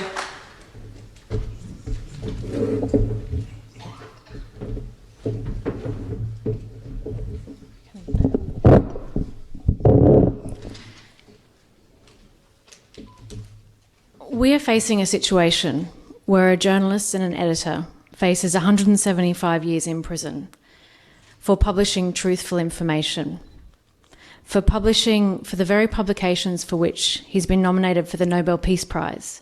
He's won the Sydney Peace Prize and the Walkley Award in Australia for the most outstanding contribution to journalism. That is how stark the situation is, and that is how stark the situation is that faces Julian Assange. I always think it's important to remember what these publications were and their significance, the publications for which he now sits in a high security prison over in Belmarsh. Collateral murder, evidence of a war crime, the killing of journalists in a conflict where they pose no risk. The Afghan war logs, the Iraq war logs, evidence of torture, the mistreatment of political detainees, the killing of civilians far beyond what the US government was reporting to its own citizens and to the world. Cablegate, the diplomatic cables that revealed the true nature of US imperialism, the fact that the United States was ordering the spying on UN diplomats, corruption, torture, human rights abuse, war crimes the world over. These are the publications for which he sits in prison. This is the very same material for which WikiLeaks and its media partners have been recognised the world over with journalism awards. This is the same material that has been cited in the European Court of Human Rights to hold European states accountable for their complicity in CIA renditions. This is the same material that was cited both before the UK Supreme Court in this country and the International Court of Justice in the Chagos Islands case, setting a precedent that WikiLeaks cables can be used as evidence in human rights cases around the world, and certainly in this country and in the Commonwealth. I think it's also important to remember that Julian sits in prison for the same publications which were published together with media partners around the world: Der Spiegel, the New York Times, The Guardian, Le Monde, El País. But so far, Julian is the only person that is facing prosecution for these publications. At least so far. Since 2010, we've been warning about what this precedent would mean. As the New York Times General Counsel has said, it is impossible with respect to these publications to distinguish between what WikiLeaks did and what the New York Times did. For that reason, we've been saying for years that the media needed to stand with WikiLeaks to defend against this precedent being set, because it would have a chilling impact on investigative journalism the world over. Now that we have the indictment from the United States, the very thing that we warned about since 2010, we can see that this indictment is an effort to criminalise journalists for stock standard communications with their sources, for receiving and publishing information in the public interest. This is, as the New York Times and the Washington Post recognised, the criminalisation of typical journalistic practices that have been used for decades in the public interest.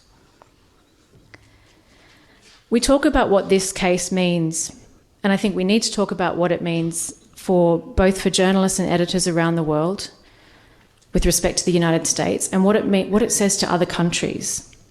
This precedent that the Trump administration is pursuing means that any journalist or any editor anywhere in the world who receives and publishes truthful information about the United States could be extradited and sought for prosecution in the United States. What does that say to China or to Russia or to Saudi Arabia? How would we react in the UK if a British journalist published secret information that they'd obtained about the murder of Jamal Khashoggi from Saudi Arabia, and then was sought for prosecution and extradition to Saudi Arabia to face prison, let alone 175 years in prison for having published that information in the public interest? There would be outrage, and rightly so. Already we're seeing in Bolsonaro's Brazil, American investigative journalist Glenn Greenwald is now being prosecuted on precisely the same case theory that the United States is running in this case. That is, that journalists can be criminalised and accused of conspiracy for the alleged illegal acts of their sources in revealing information in breach of their own legal obligations. That is a dangerous, dangerous precedent. It may now be Julian and it may now be Glenn Greenwald, but who will be next? I think it's important that Kristen referred to the semantics being used by the CIA. In 2017, it was Mike Pompeo who said, as director of the CIA, that WikiLeaks is a hostile non-state intelligence agency. This kind of semantics is the sort of thing we've seen from the US government in other contexts to justify previously unthinkable action. Whether we talk about torture and the phrase enhanced interrogation techniques, a term used to politically justify what is an unacceptable and illegal practice.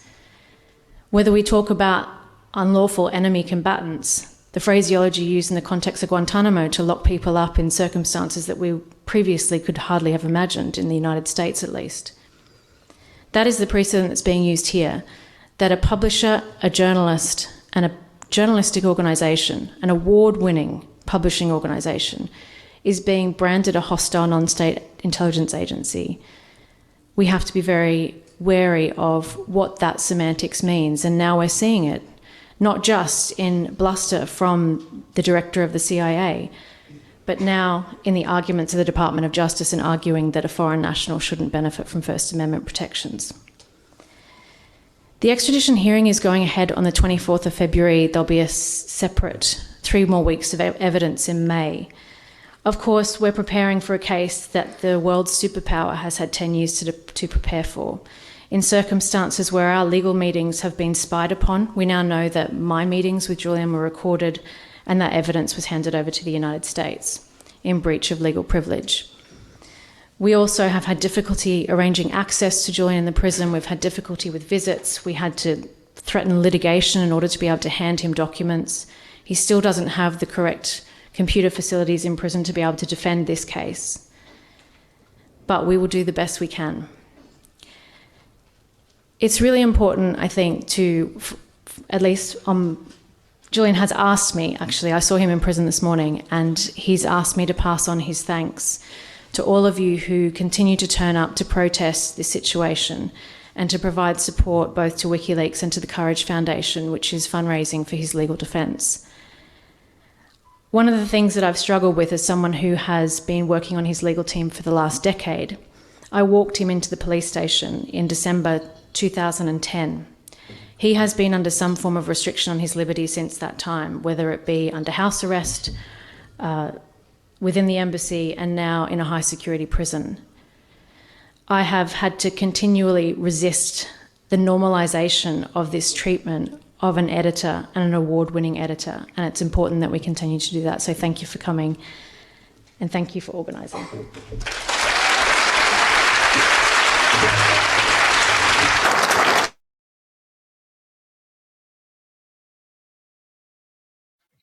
So I want to give a big thank you, first of all, to Activism Munich for allowing us to play their videos. They said that we can play literally anything out of their library. We can turn it into whatever kind of content we want. So I want to give a big thank you to them for being so supportive of such a small group like us. They actually let Taylor on there, and I'll pass it to her in a second to talk about that and all that kind of stuff. But the thing that I want people to take away from this whole thing, if there's one thing that can capture and stick with us here, is it's that very last line: thank you for organizing. There's a lot of disenfranchised organizers out there right now. There's a lot of people that might be watching this stream, or that you may know that you are a viewer and they are an organizer. For whatever cause or purpose, if they are disenfranchised with the current political process and all of the bullshit happening, ask them or ask yourself to start doing the same exact things you were doing. The phone calls, the campaigning, the rallies, the door knocks, the mailers, but do it for Julian. Find the news on him and share it where you can, because we can't get information to every single group around the country, as hard as we try, but we can get information to people that have access to groups that we don't even know exist. And can get those people up and can get those people moving and acting, because we're facing a time where we might not be able to act and move under legal restriction from our government. So while we have the ability to still freely associate, we must use it. You are absolutely right, and I'm glad you brought it up. I was gonna do something similar at the close. There are disenfranchised, disaffected, pissed off, and coming into, at least an eyes open view of how the American electoral process works.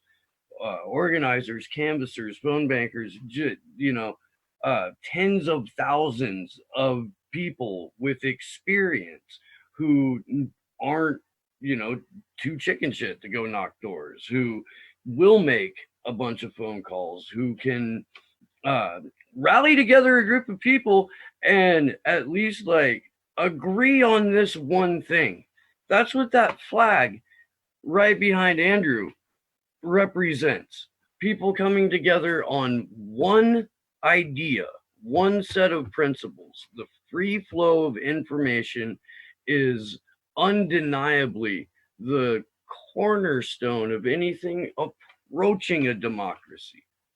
If we do not have a free press or a free flow of information, we are not ever going to be able to have an informed conversation, to have a genuine debate, to be able to present the side of an issue that is counter to the narrative. So if you are one of those people, please get in touch with us, either through email or on Twitter, something. We can put those links in the chat right now. But reach out, because we do have a ton of plans between now and May 18th. We have things that we would like to get off the ground for outreach and education about what's going on with Julian Assange, what's going on with free press. We're talking to Debbie Tolson in Washington, D.C., and she wants to organize an event at the press club. And when I met her at the Embassy Protectors trial in D.C. on Friday morning, or not met her, I got her number through one of the people I met at the Embassy Protectors trial.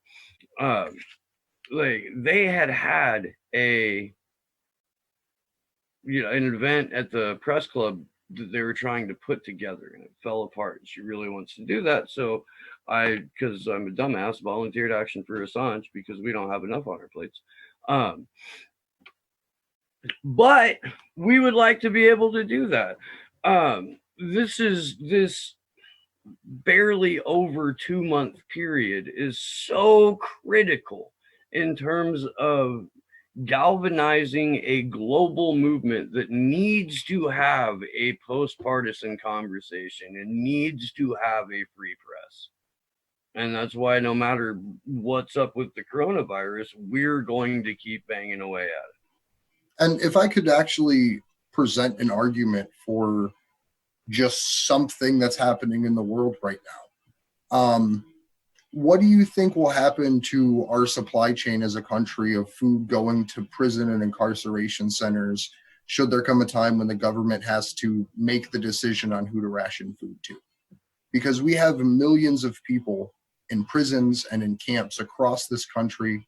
Whether you live in a border state, whether you live in Florida, Iowa, it does not matter. There are camps and prison systems with humans in it that run the very real risk. So the idea of abolishing prisons just became way more real. The idea of having a legitimate immigration system that doesn't round people up in camps and give them lottery numbers is very even more real. So these conversations are things that we have to dig into now to find what the core belief is above this whole level of propaganda. Because the fight for internet freedom isn't just about the internet. It's about making sure we can secure a world where we have the right to access information across the internet in a factual and accurate way. Right.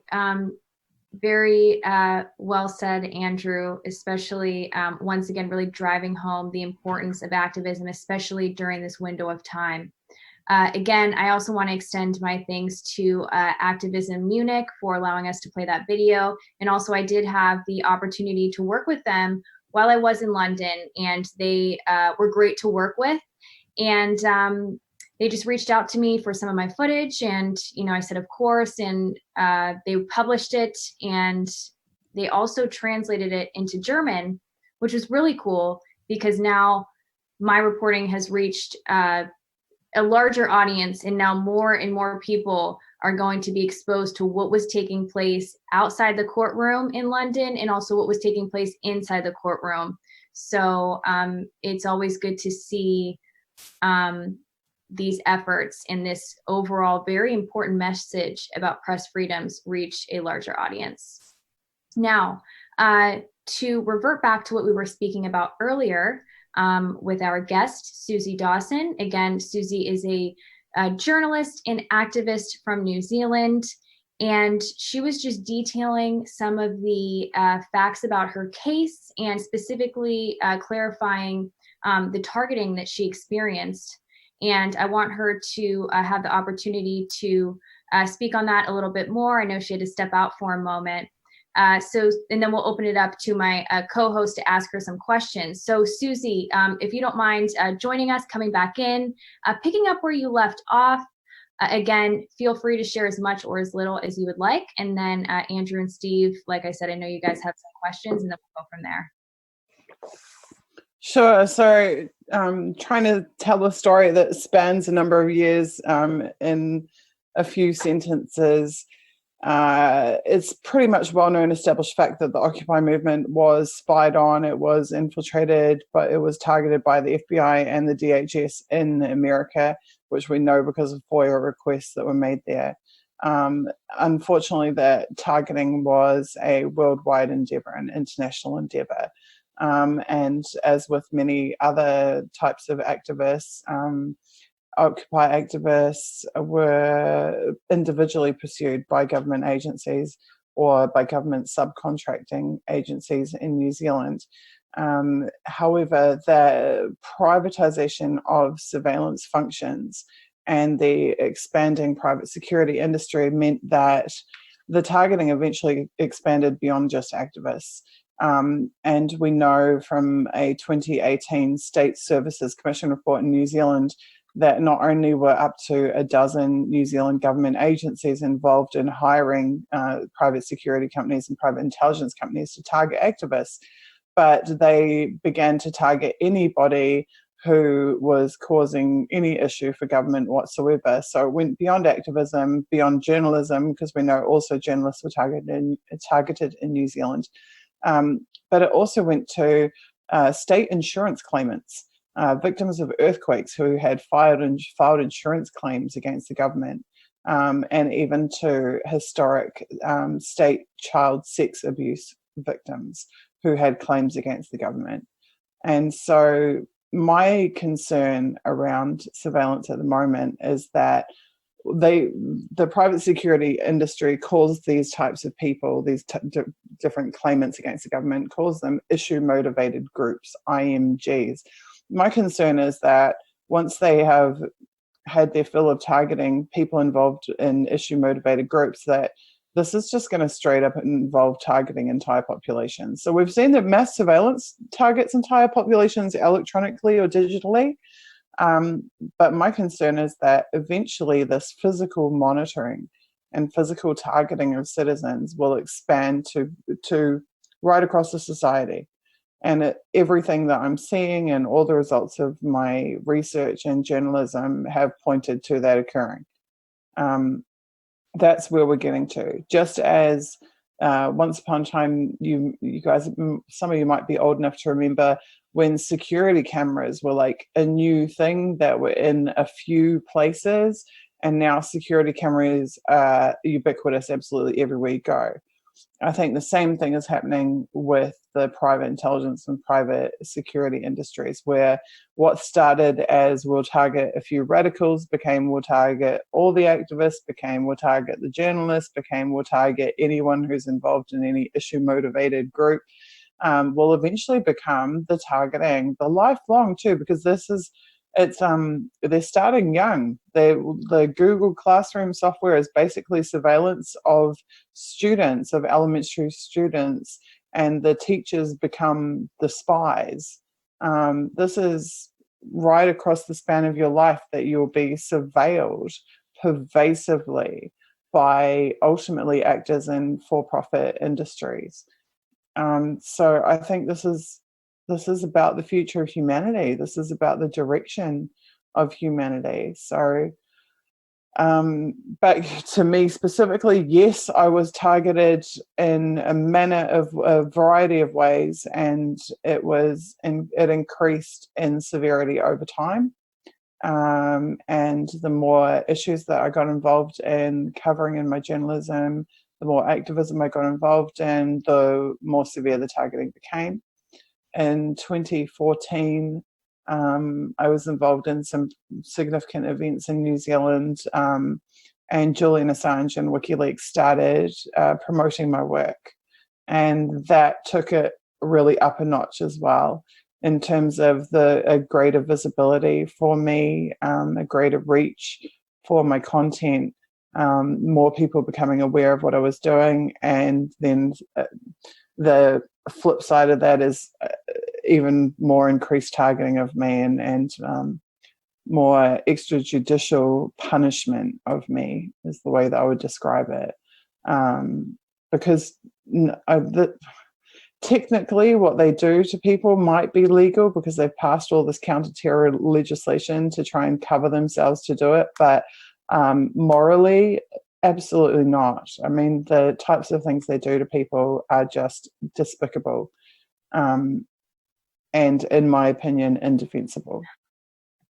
I am very interested to know. I know that Steve in particular has really, really closely followed my work. And I am really interested in hearing from any of you, any questions that you do have for me about my work. I'm very happy to answer. I have a question more about encryption. Mhm.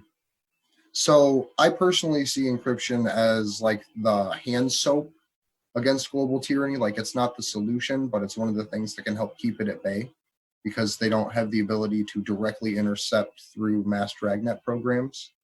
I was wondering if there was any like basic encryption technology that you would recommend for people, even if it's just like a messenger or a browser or something.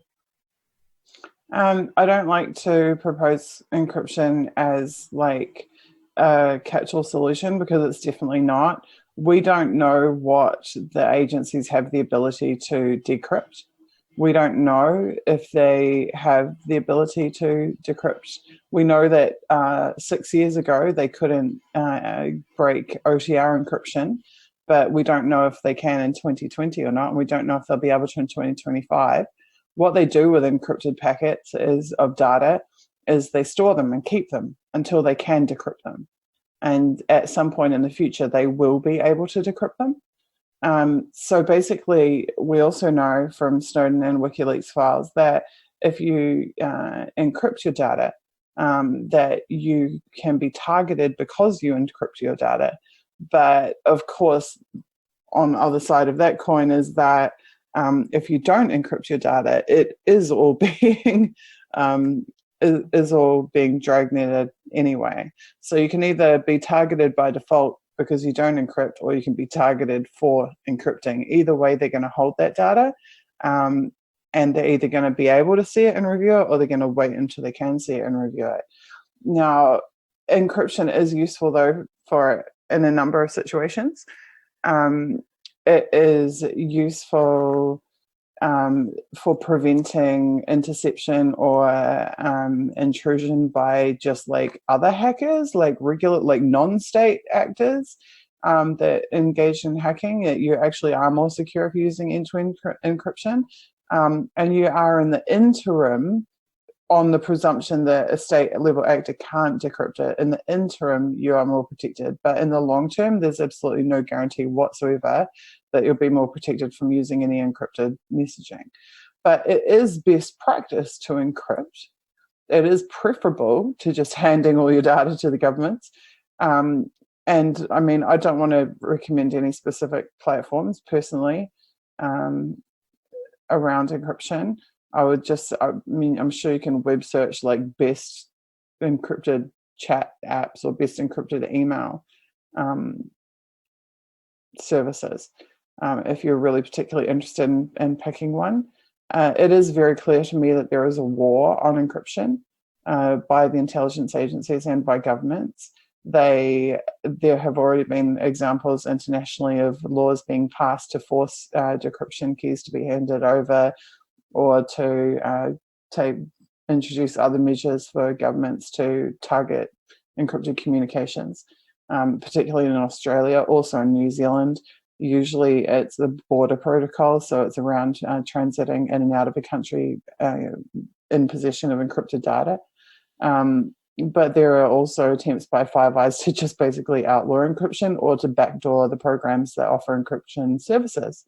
So that's where things like no-knowledge servers, etc., come in, are really important in terms of providers creating ways that they themselves don't even have the ability to decrypt information in order to prevent them needing to provide backdoor access to agencies. When a couple of months ago, I was searching up encrypted email platforms, and I noticed that of a list of about 20 of them, that had been around a couple of years ago, more than half had been shut down, systematically shut down. So they get shut down, either they get acquired, like as an acquisition, and then they get shut down, or they are just targeted themselves or under massive financial pressure and get shut down, or just for whatever reason they can no longer continue to provide the services. And it seems to me that there's a real whittling down of this encrypted solutions that are on the market. I'm just saying that based on my observation and research. I think that they are trying to limit the spread of encrypted services. And I'd even go so far as to say that extends to the targeting of developers as well in the crypto space. There is every indication that developers who have specific InfoSec knowledge that is dangerous for whatever are perceived as being dangerous to governments are also being targeted by the agencies in the same types of ways that activists and journalists and others are being targeted. To be a talented, conscientious developer, an ethical developer that wants to develop solutions to protect citizens seems to put you on the shit list just as fast as if you are supporting WikiLeaks, or if you are involved in whistleblowing or the types of journalism that I've been involved in. And that is something that really concerns me, because the bigger picture that all adds up to is not just tyranny at a government level, but actually the inhibition of human progress as a whole. That's the fundamental role of the intelligence agencies, is to limit human progress. Is like we say things like maintain status quo, but when you're maintaining a status quo, what you're actually doing is preventing evolution. You're preventing social evolution. You're preventing social progress. And I see them doing that in the technological space. They're trying to prevent technological progress, inhibit technological progress. They are at the same time coming up with the Neuralink shit and the cyber soldier shit. Did you see that? Yeah, but the thing is that they want to control and direct the progress. They, like, I'm remembering in the Snowden files, they're talking about Wi-Fi. This is in like 2001, 2002. They're talking about they're saying like Wi-Fi is going to be the next big access point, like this is going to be prevalent. But they know about it from the earliest days of the development of Wi-Fi, and they were talking amongst themselves about, like, we've got to get on top of this. We've got to know how to compromise it, how to exploit it before it gets out into the market at all. And so they're really like 10 steps ahead of us, because they know what technologies are being developed before anyone else knows. They have the ability to meddle in the development of that technology, to alter the direction of the development of that technology, to limit the access to that technology and the release of that technology. It's impossible to overestimate the ability of the agencies to manipulate the development of any technology. They can straight up hack into these systems and meddle with it. They can implant human intelligence operatives to meddle in the companies that are producing it or are undertaking the R&D. They can meddle from the government side in terms of like policy, legislation. Like they have limitless ability to alter the course of the development of anything, be it a scientific development, a technological development, a human health services development, anything. They can decide, we like this or we don't like this. This is the direction we want it to go in, and make it go in that direction. They corral technology, they corral people into the directions that they want them to go in to produce the outcomes they want them to go in, and they do this years before it's on the radar of any of us. Absolutely. And there's that trickles down all the way throughout society. If you want people dressing a certain way or behaving a certain way or reacting a certain way.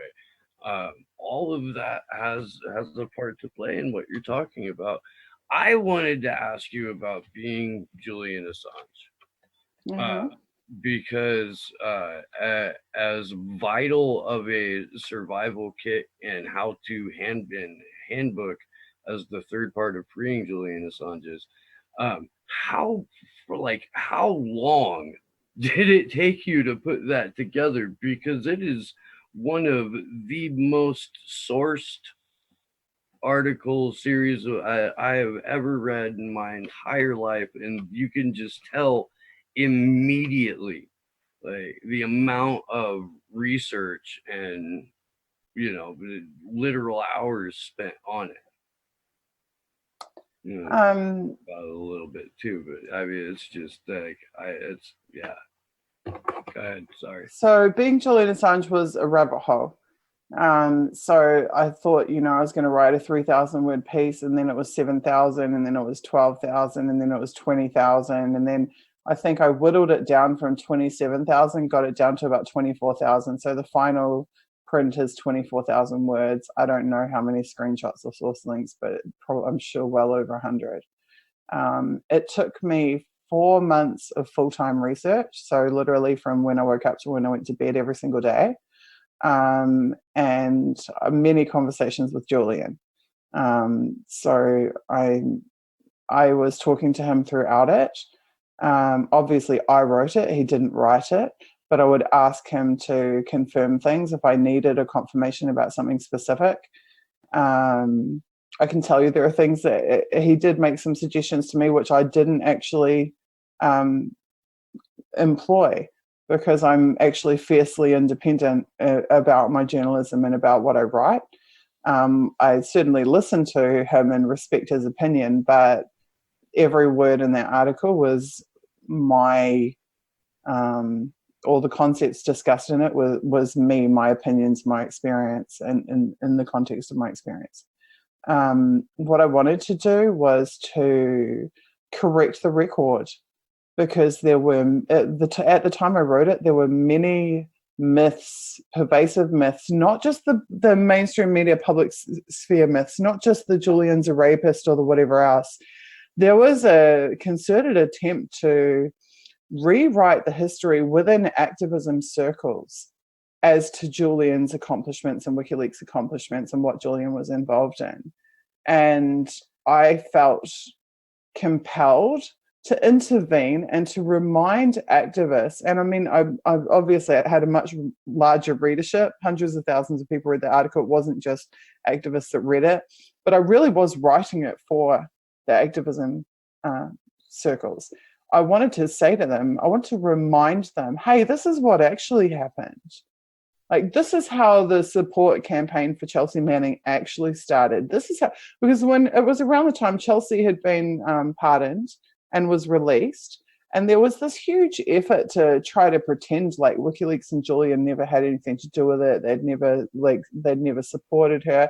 All the first petitions to the White House to free Chelsea came from Julian and from WikiLeaks. And not only were they involved in setting up the original Chelsea Manning support network, but Julian was advocating for Chelsea and trying to protect Chelsea while he was in Sweden. Well, like at the exact time that he was being attacked by the global media as a rapist, he wasn't spending his time just reacting to his situation. He was spending his time organizing in support of Manning. And I felt like that was something people really needed to be reminded of.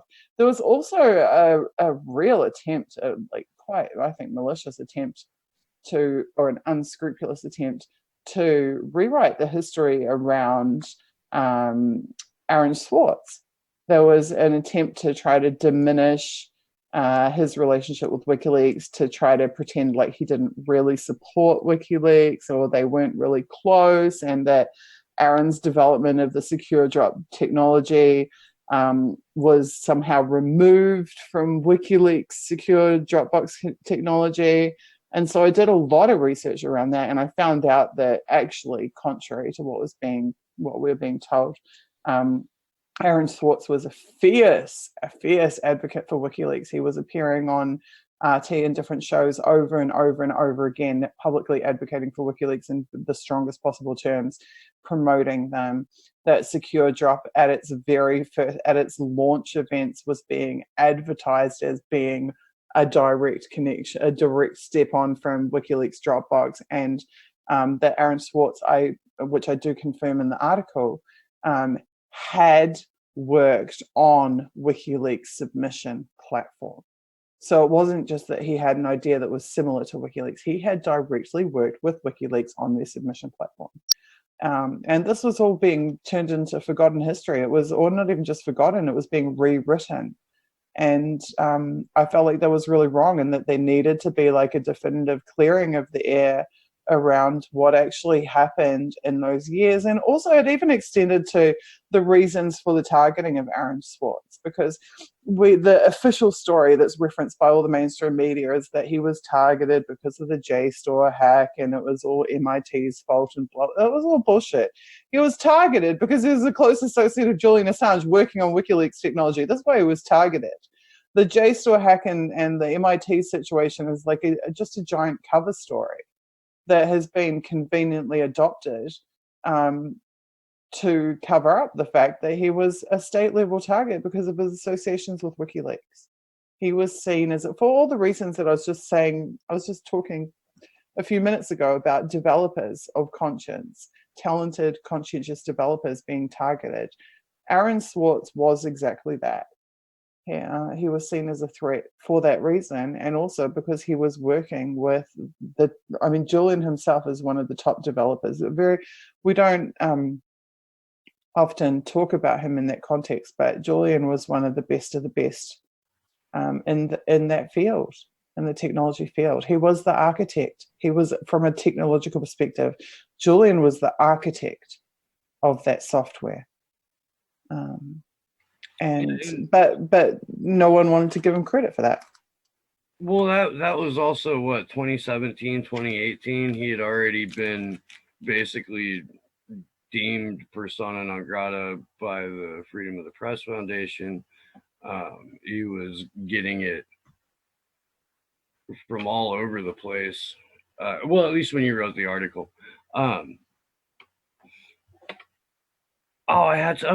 So it's vitally important that we take steps to present an accurate view of history, present things as they truly are. And I make a point on Slow News Day to say that independent media's job isn't only to combat the rewriting and the whitewashing of history, but it's to combat the rewriting of real time as it happens. And the fact that Julian Assange was able to have an organization that did just that thing, that organization continues, it's a testimony to the necessity. But you've been doing this for quite a while now, and if anybody that's watching this, has the same kind of questions that I do typically, what do you think are the more effective ways to combat the rewriting of real time?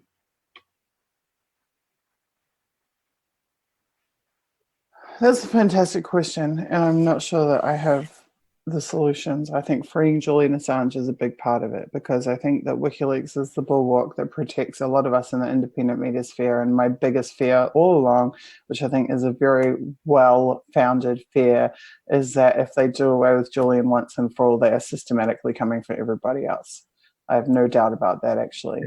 The number of resources employed against, there are literally over 1,000 agents that have been employed to target WikiLeaks. And their own task force. There was a WikiLeaks task force. Yeah, that's only one of the agencies as well, because there is a number of agencies that are involved, but over 1,000 agents working full time. Like, what can 1,000 agents do to the independent media sphere?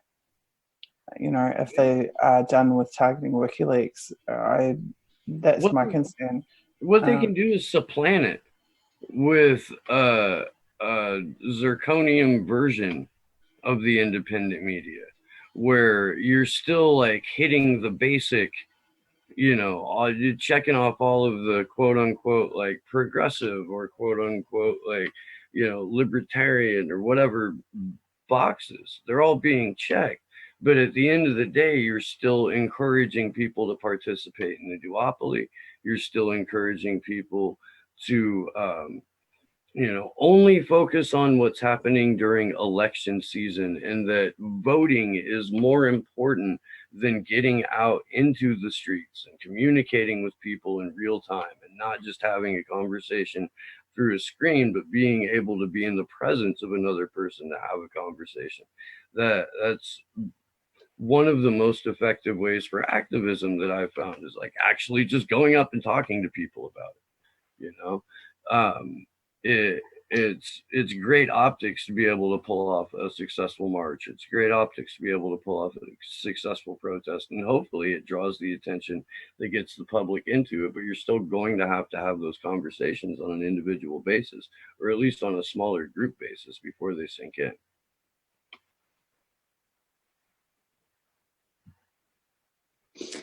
I think in terms of potential solutions, teaching everybody to be the media is actually, that's something we've tried to do since Occupy, and to a certain degree it has happened. I think your average citizen is fully aware that they can pull out a cell phone, film something and upload it. That wasn't the case during Occupy days. During Occupy days, we had a streamer, and then we had 4 streamers, and then we had a dozen streamers. And slowly it's grown to where now everybody knows they can stream, everybody knows they can get content out there. And that is really important. I feel that we have an obligation to, how did we word it? We did a statement on this topic that you'd really like back in Occupy days, and it was, we said that it falls upon the public to provide the services for themselves, for which media are duty bound to. Media is supposed to be a public service. It's literally supposed to be a public service. It's not supposed to be a for-profit service. It's not supposed to be a private service. It's not supposed to be. It's not supposed to be have restricted access. It will be paywalled. It's supposed to be a public service. It's supposed to, like doctors have the Hippocratic Oath. Journalists are supposed to serve the public. And where they fail to do so, it falls upon us to provide those services for ourselves. And that is the ethos of citizen journalism, is that if the media will not tell the truth, if they will not cover the events that are occurring, if they will not inform the public, that we as citizens must rise in their place and pick up that slack and do it for ourselves. And I believe very strongly in that. And I believe in the equal playing field of everybody having the capacity and ability to do that. And that's why I try really, really hard to platform people who are trying to do that, and yourselves are all included for that reason. And Julian very much believed in that. Julian gave platforms to so many people that wouldn't have otherwise had. He constantly lifted people up. He constantly raised people up, raised voices up from all around the world that were being suppressed for whatever reason. You look at the core founding statement of WikiLeaks, it's all about finding suppressed information, suppressed voices, and platforming them and preserving them for all time. And so I very much feel that I owe my platform and my following to that same mission, to find other voices and to raise them up and give them as much of a boost as I can, in the same way that Julian did for me and for countless other people. Yeah. Absolutely. And we thank you for all the guidance that you have given us, because I know that we have reached out to you when we had questions about how to do this, how to manage this, and you've really been a model for that. And you've been a mentor to me, and I know I said that earlier on the vigil, but we're all very, very grateful. And you've really been a supporter of ours since the beginning. Susie, before we do all close out, well, before I even get to the final thoughts, I want to remind everybody to please visit protectsusie.com. If you can help out in this situation, any small donation is, I know, is going to be really appreciated and is helpful. So go to protectsusie.com/donate. Also follow the campaign on Twitter @ProtectSusie, and go to Susie's YouTube channel as well, Susie3D. There is so much information on there that you cannot find anywhere else. The 1 versus 5I teach-ins is a great example of that. Excellent material, excellent stuff.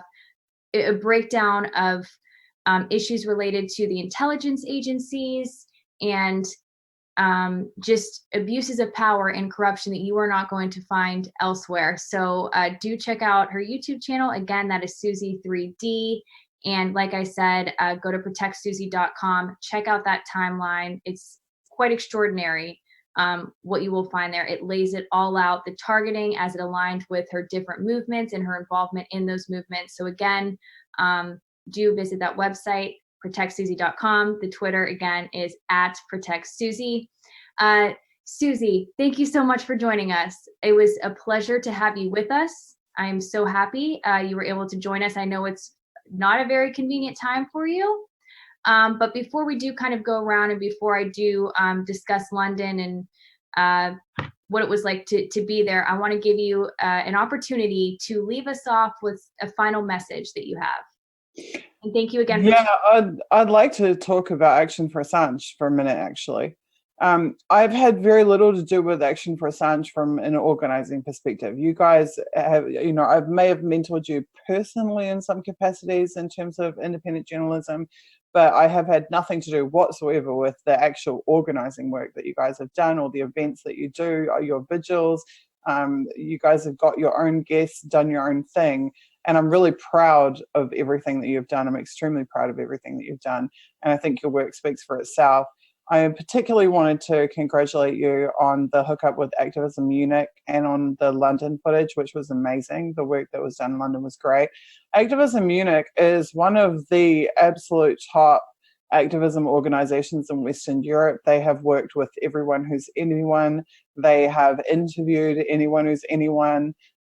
They are absolutely top-notch and so well respected. And the fact that they are attracted to your work is a reflection of the merits of your work and the quality of your work. And I think that you should be doing some serious back patting around that, because it speaks to your integrity and to the volume of content, of great content that you have already produced. And I know that you're still a very young organization. You've got like a long way to go, but I think that was a really important milestone. And to see you being accepted by organizations like Popular Resistance and Code Pink is absolutely huge. To see you working with people like Activism Munich is huge. And I'm just super proud of you for achieving that. I think that's just really fantastic and really exciting. And I think you guys are going to do amazing things in, the decade to come. I think there's like nothing but a bright future that I see for you.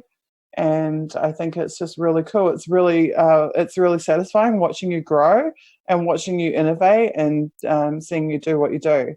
And I'm very happy to come on and talk with you guys finally. I'm sorry it's taken so long.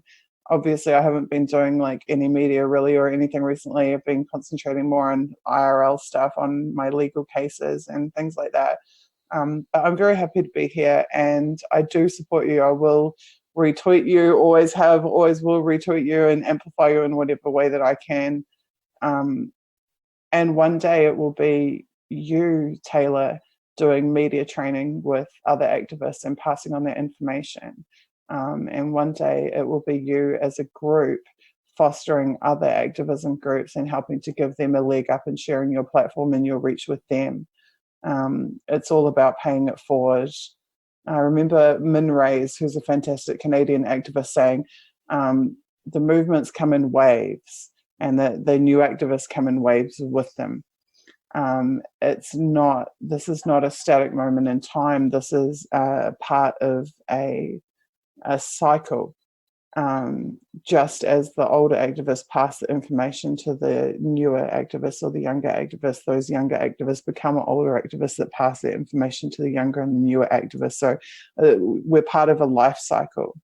So much of what I know about activism came from me being mentored by much more experienced, much more knowledgeable people than me, of which Julian is exponentially more knowledgeable and experienced than I am. So it's cool that there are people who look up to me, but I'm walking in the footsteps of those who came before me.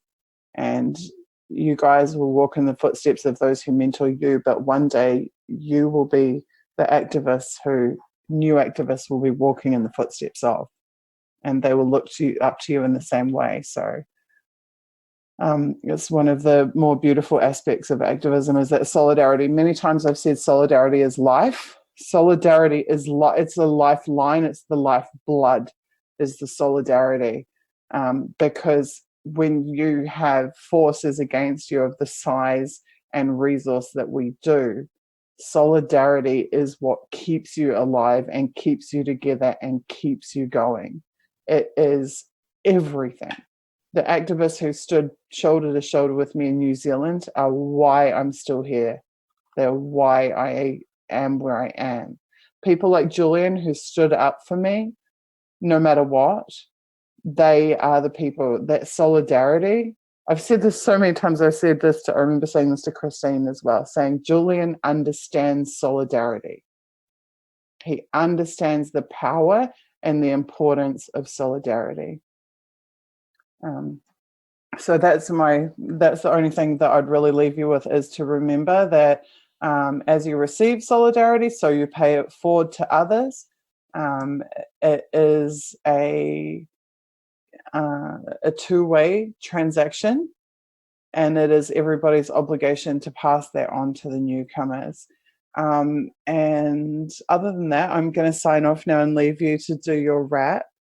But the only other thing I would just say on a personal note is, babe, come and talk to me, and I will say goodbye to all you guys. Good night. Good night. All right, Susie Dawson, thank you so much for joining us. Again, guys, do check out her campaign's website. That is protectsusie.com. If you can donate, please do so. protectsusie.com/donate, or just circulate the link on social media, and also follow the campaign on Twitter @protectsusie.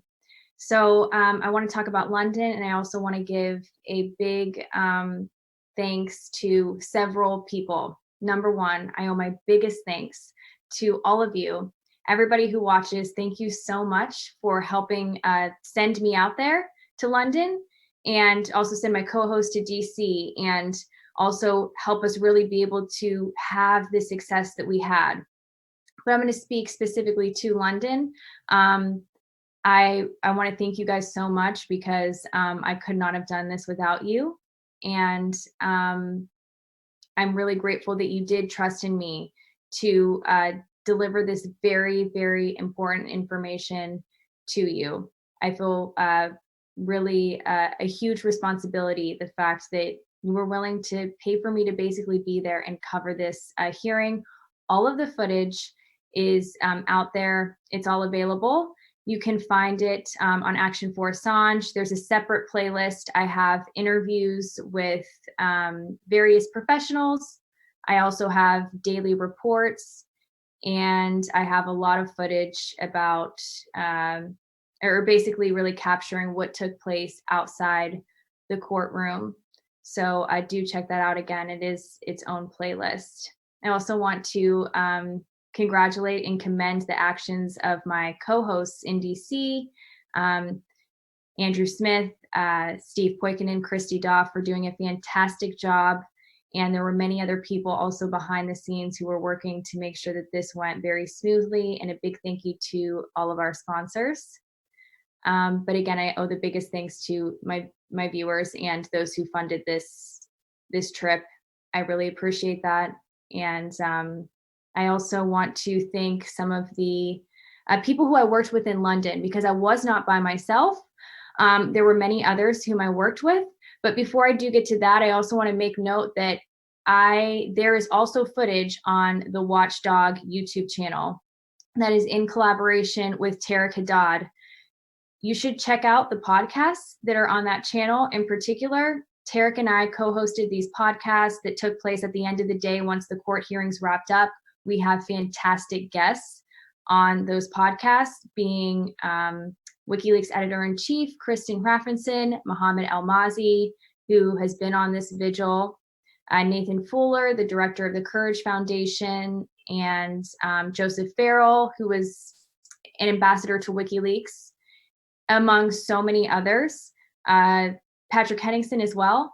Just so many people. Do check that out. We have some really, really interesting discussions about what took place in court. And again, that is on the Watchdog. And then also go to thewatchdog.net. That is where you can find some written work about what took place that week and about the full extradition hearings. So I do want to give some thanks to everybody whom I worked with in London, because there was a whole team of people that were working together. And I owe them a big thanks. Number one, Tariq Haddad, whom I worked closely with. Again, we co-hosted the podcast together. He basically was the backbone to this entire project with the Watchdog and working alongside Action for Assange as well. We were very much partners in this coverage and in this meaningful activism. So a big thank you to Tariq, and he was on our vigils as well. And then also management, Nayla Kaser, and I apologize if I mispronounce these last names. I'm doing my best.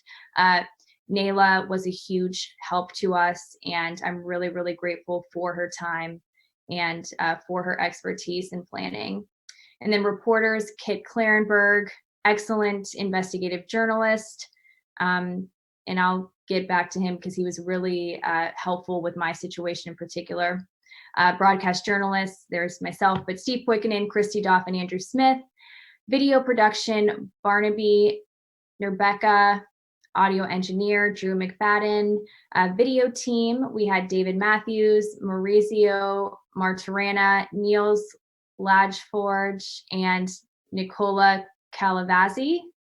Again, I'm sorry for my pronunciation. Our digital team, Kimber Maddox and Josh Benton, and contributors, Mohammed Almazi, who was also a very, very big help to me as well, as far as giving me some tips and how to work best with the equipment that I had. So again, very thankful to him. Out of all of this, I do owe the biggest thank you to journalist Kit Clarenberg. He really stepped up for me, and he was by my side throughout this entire trip, filming for me. All of my interviews he filmed, and all of my reports he filmed, except for one of them Gordon Dimmick filmed. And I'll discuss that later on. But I owe him a huge thank you when he could have been working on his own material and his own journalistic work, which is fantastic. Actually, it was Susie that first introduced me to him and his work.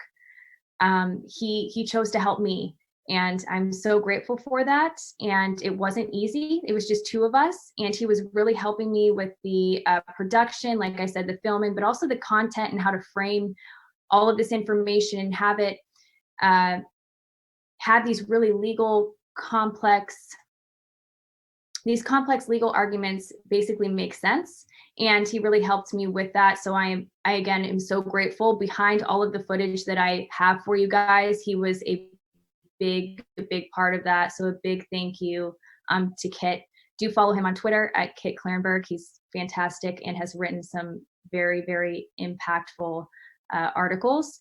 And also on that note, I'm also really excited to announce that he and I will continue to work together, continue to collaborate together, and we're going to be doing like a video series where we kind of dive into his work and kind of express it on a different platform. and that being a video and on YouTube. And we'll just kind of discuss some of the issues that he frequently writes about, much of which is about spy cops and the corruption of the intelligence agencies and their power grabs. So I look forward to that, and I'll have more information about where you can find that. And also, too, I got to meet Gordon Dimmick, and that was fantastic. Gordon is awesome. We had a podcast together, which you could find on his channel. Do check that out. We basically wrap up what happened during the week, and then we also provide a sort of an analysis on how we perceived what took place. So do check that out. Again, thank you to all who were involved. It was an overall very, very unique experience.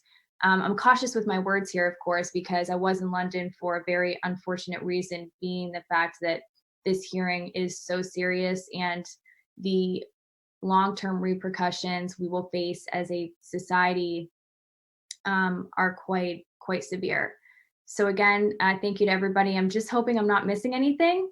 Of course, I don't want to miss anybody, but I think that's it. And again, thank you to all of you who helped make this happen. And I got to meet some of you too when I was in London, which was super cool. Some of you guys came up to me and approached me. It was great to meet you. And it was great to be able to actually put like a face to your name. So I really liked that.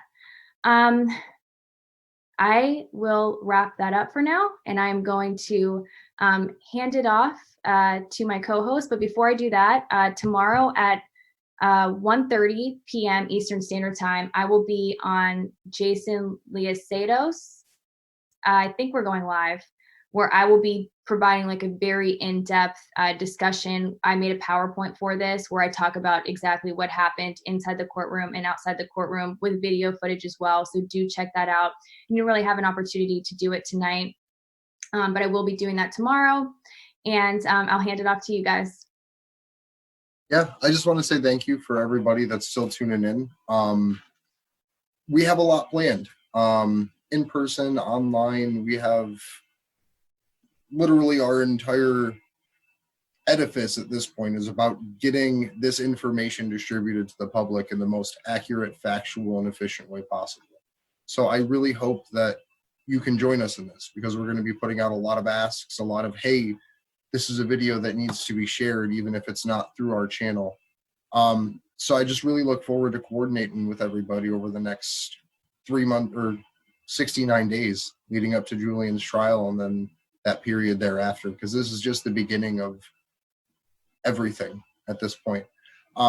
So with that, you can find me on Twitter at Andrew Zigmund, Zigmund, and I just want to thank everybody for joining us this evening, and especially Susie, because that takes a lot for her to be able to make it here at the time.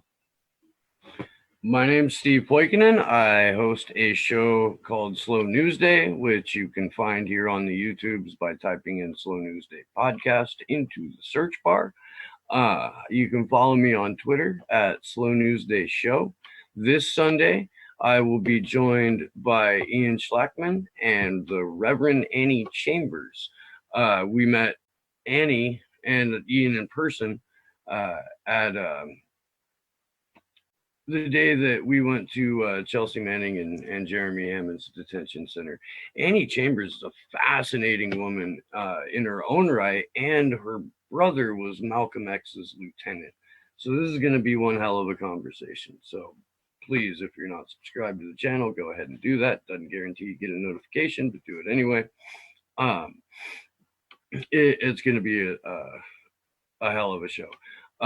Thank you all for everyone who hung out with us tonight. Thank you for the support that you've shown to Action for Assange. Please, we're going to launch the new GoFundMe next week. Barring global or barring like United States quarantine at every corner, we are going to be back in DC. So please look for that. And that will do it for me. And that will do it for tonight's Free Assange Vigil. So until next time, good luck to us all. I'm Chelsea Manning, and I approve this message. uncertain times. Times of fear.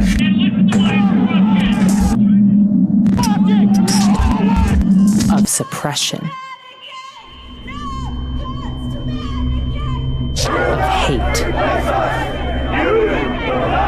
We don't need more or better leaders. We need someone willing to fight. We need to stop asking them to give us our rights. They won't support us. They won't compromise. We need to stop expecting that our systems will somehow fix themselves. We need to actually take the reins of power from them. We need to challenge them at every level. We need to fix this. We don't need them anymore. We can do better. You're damn right we got this.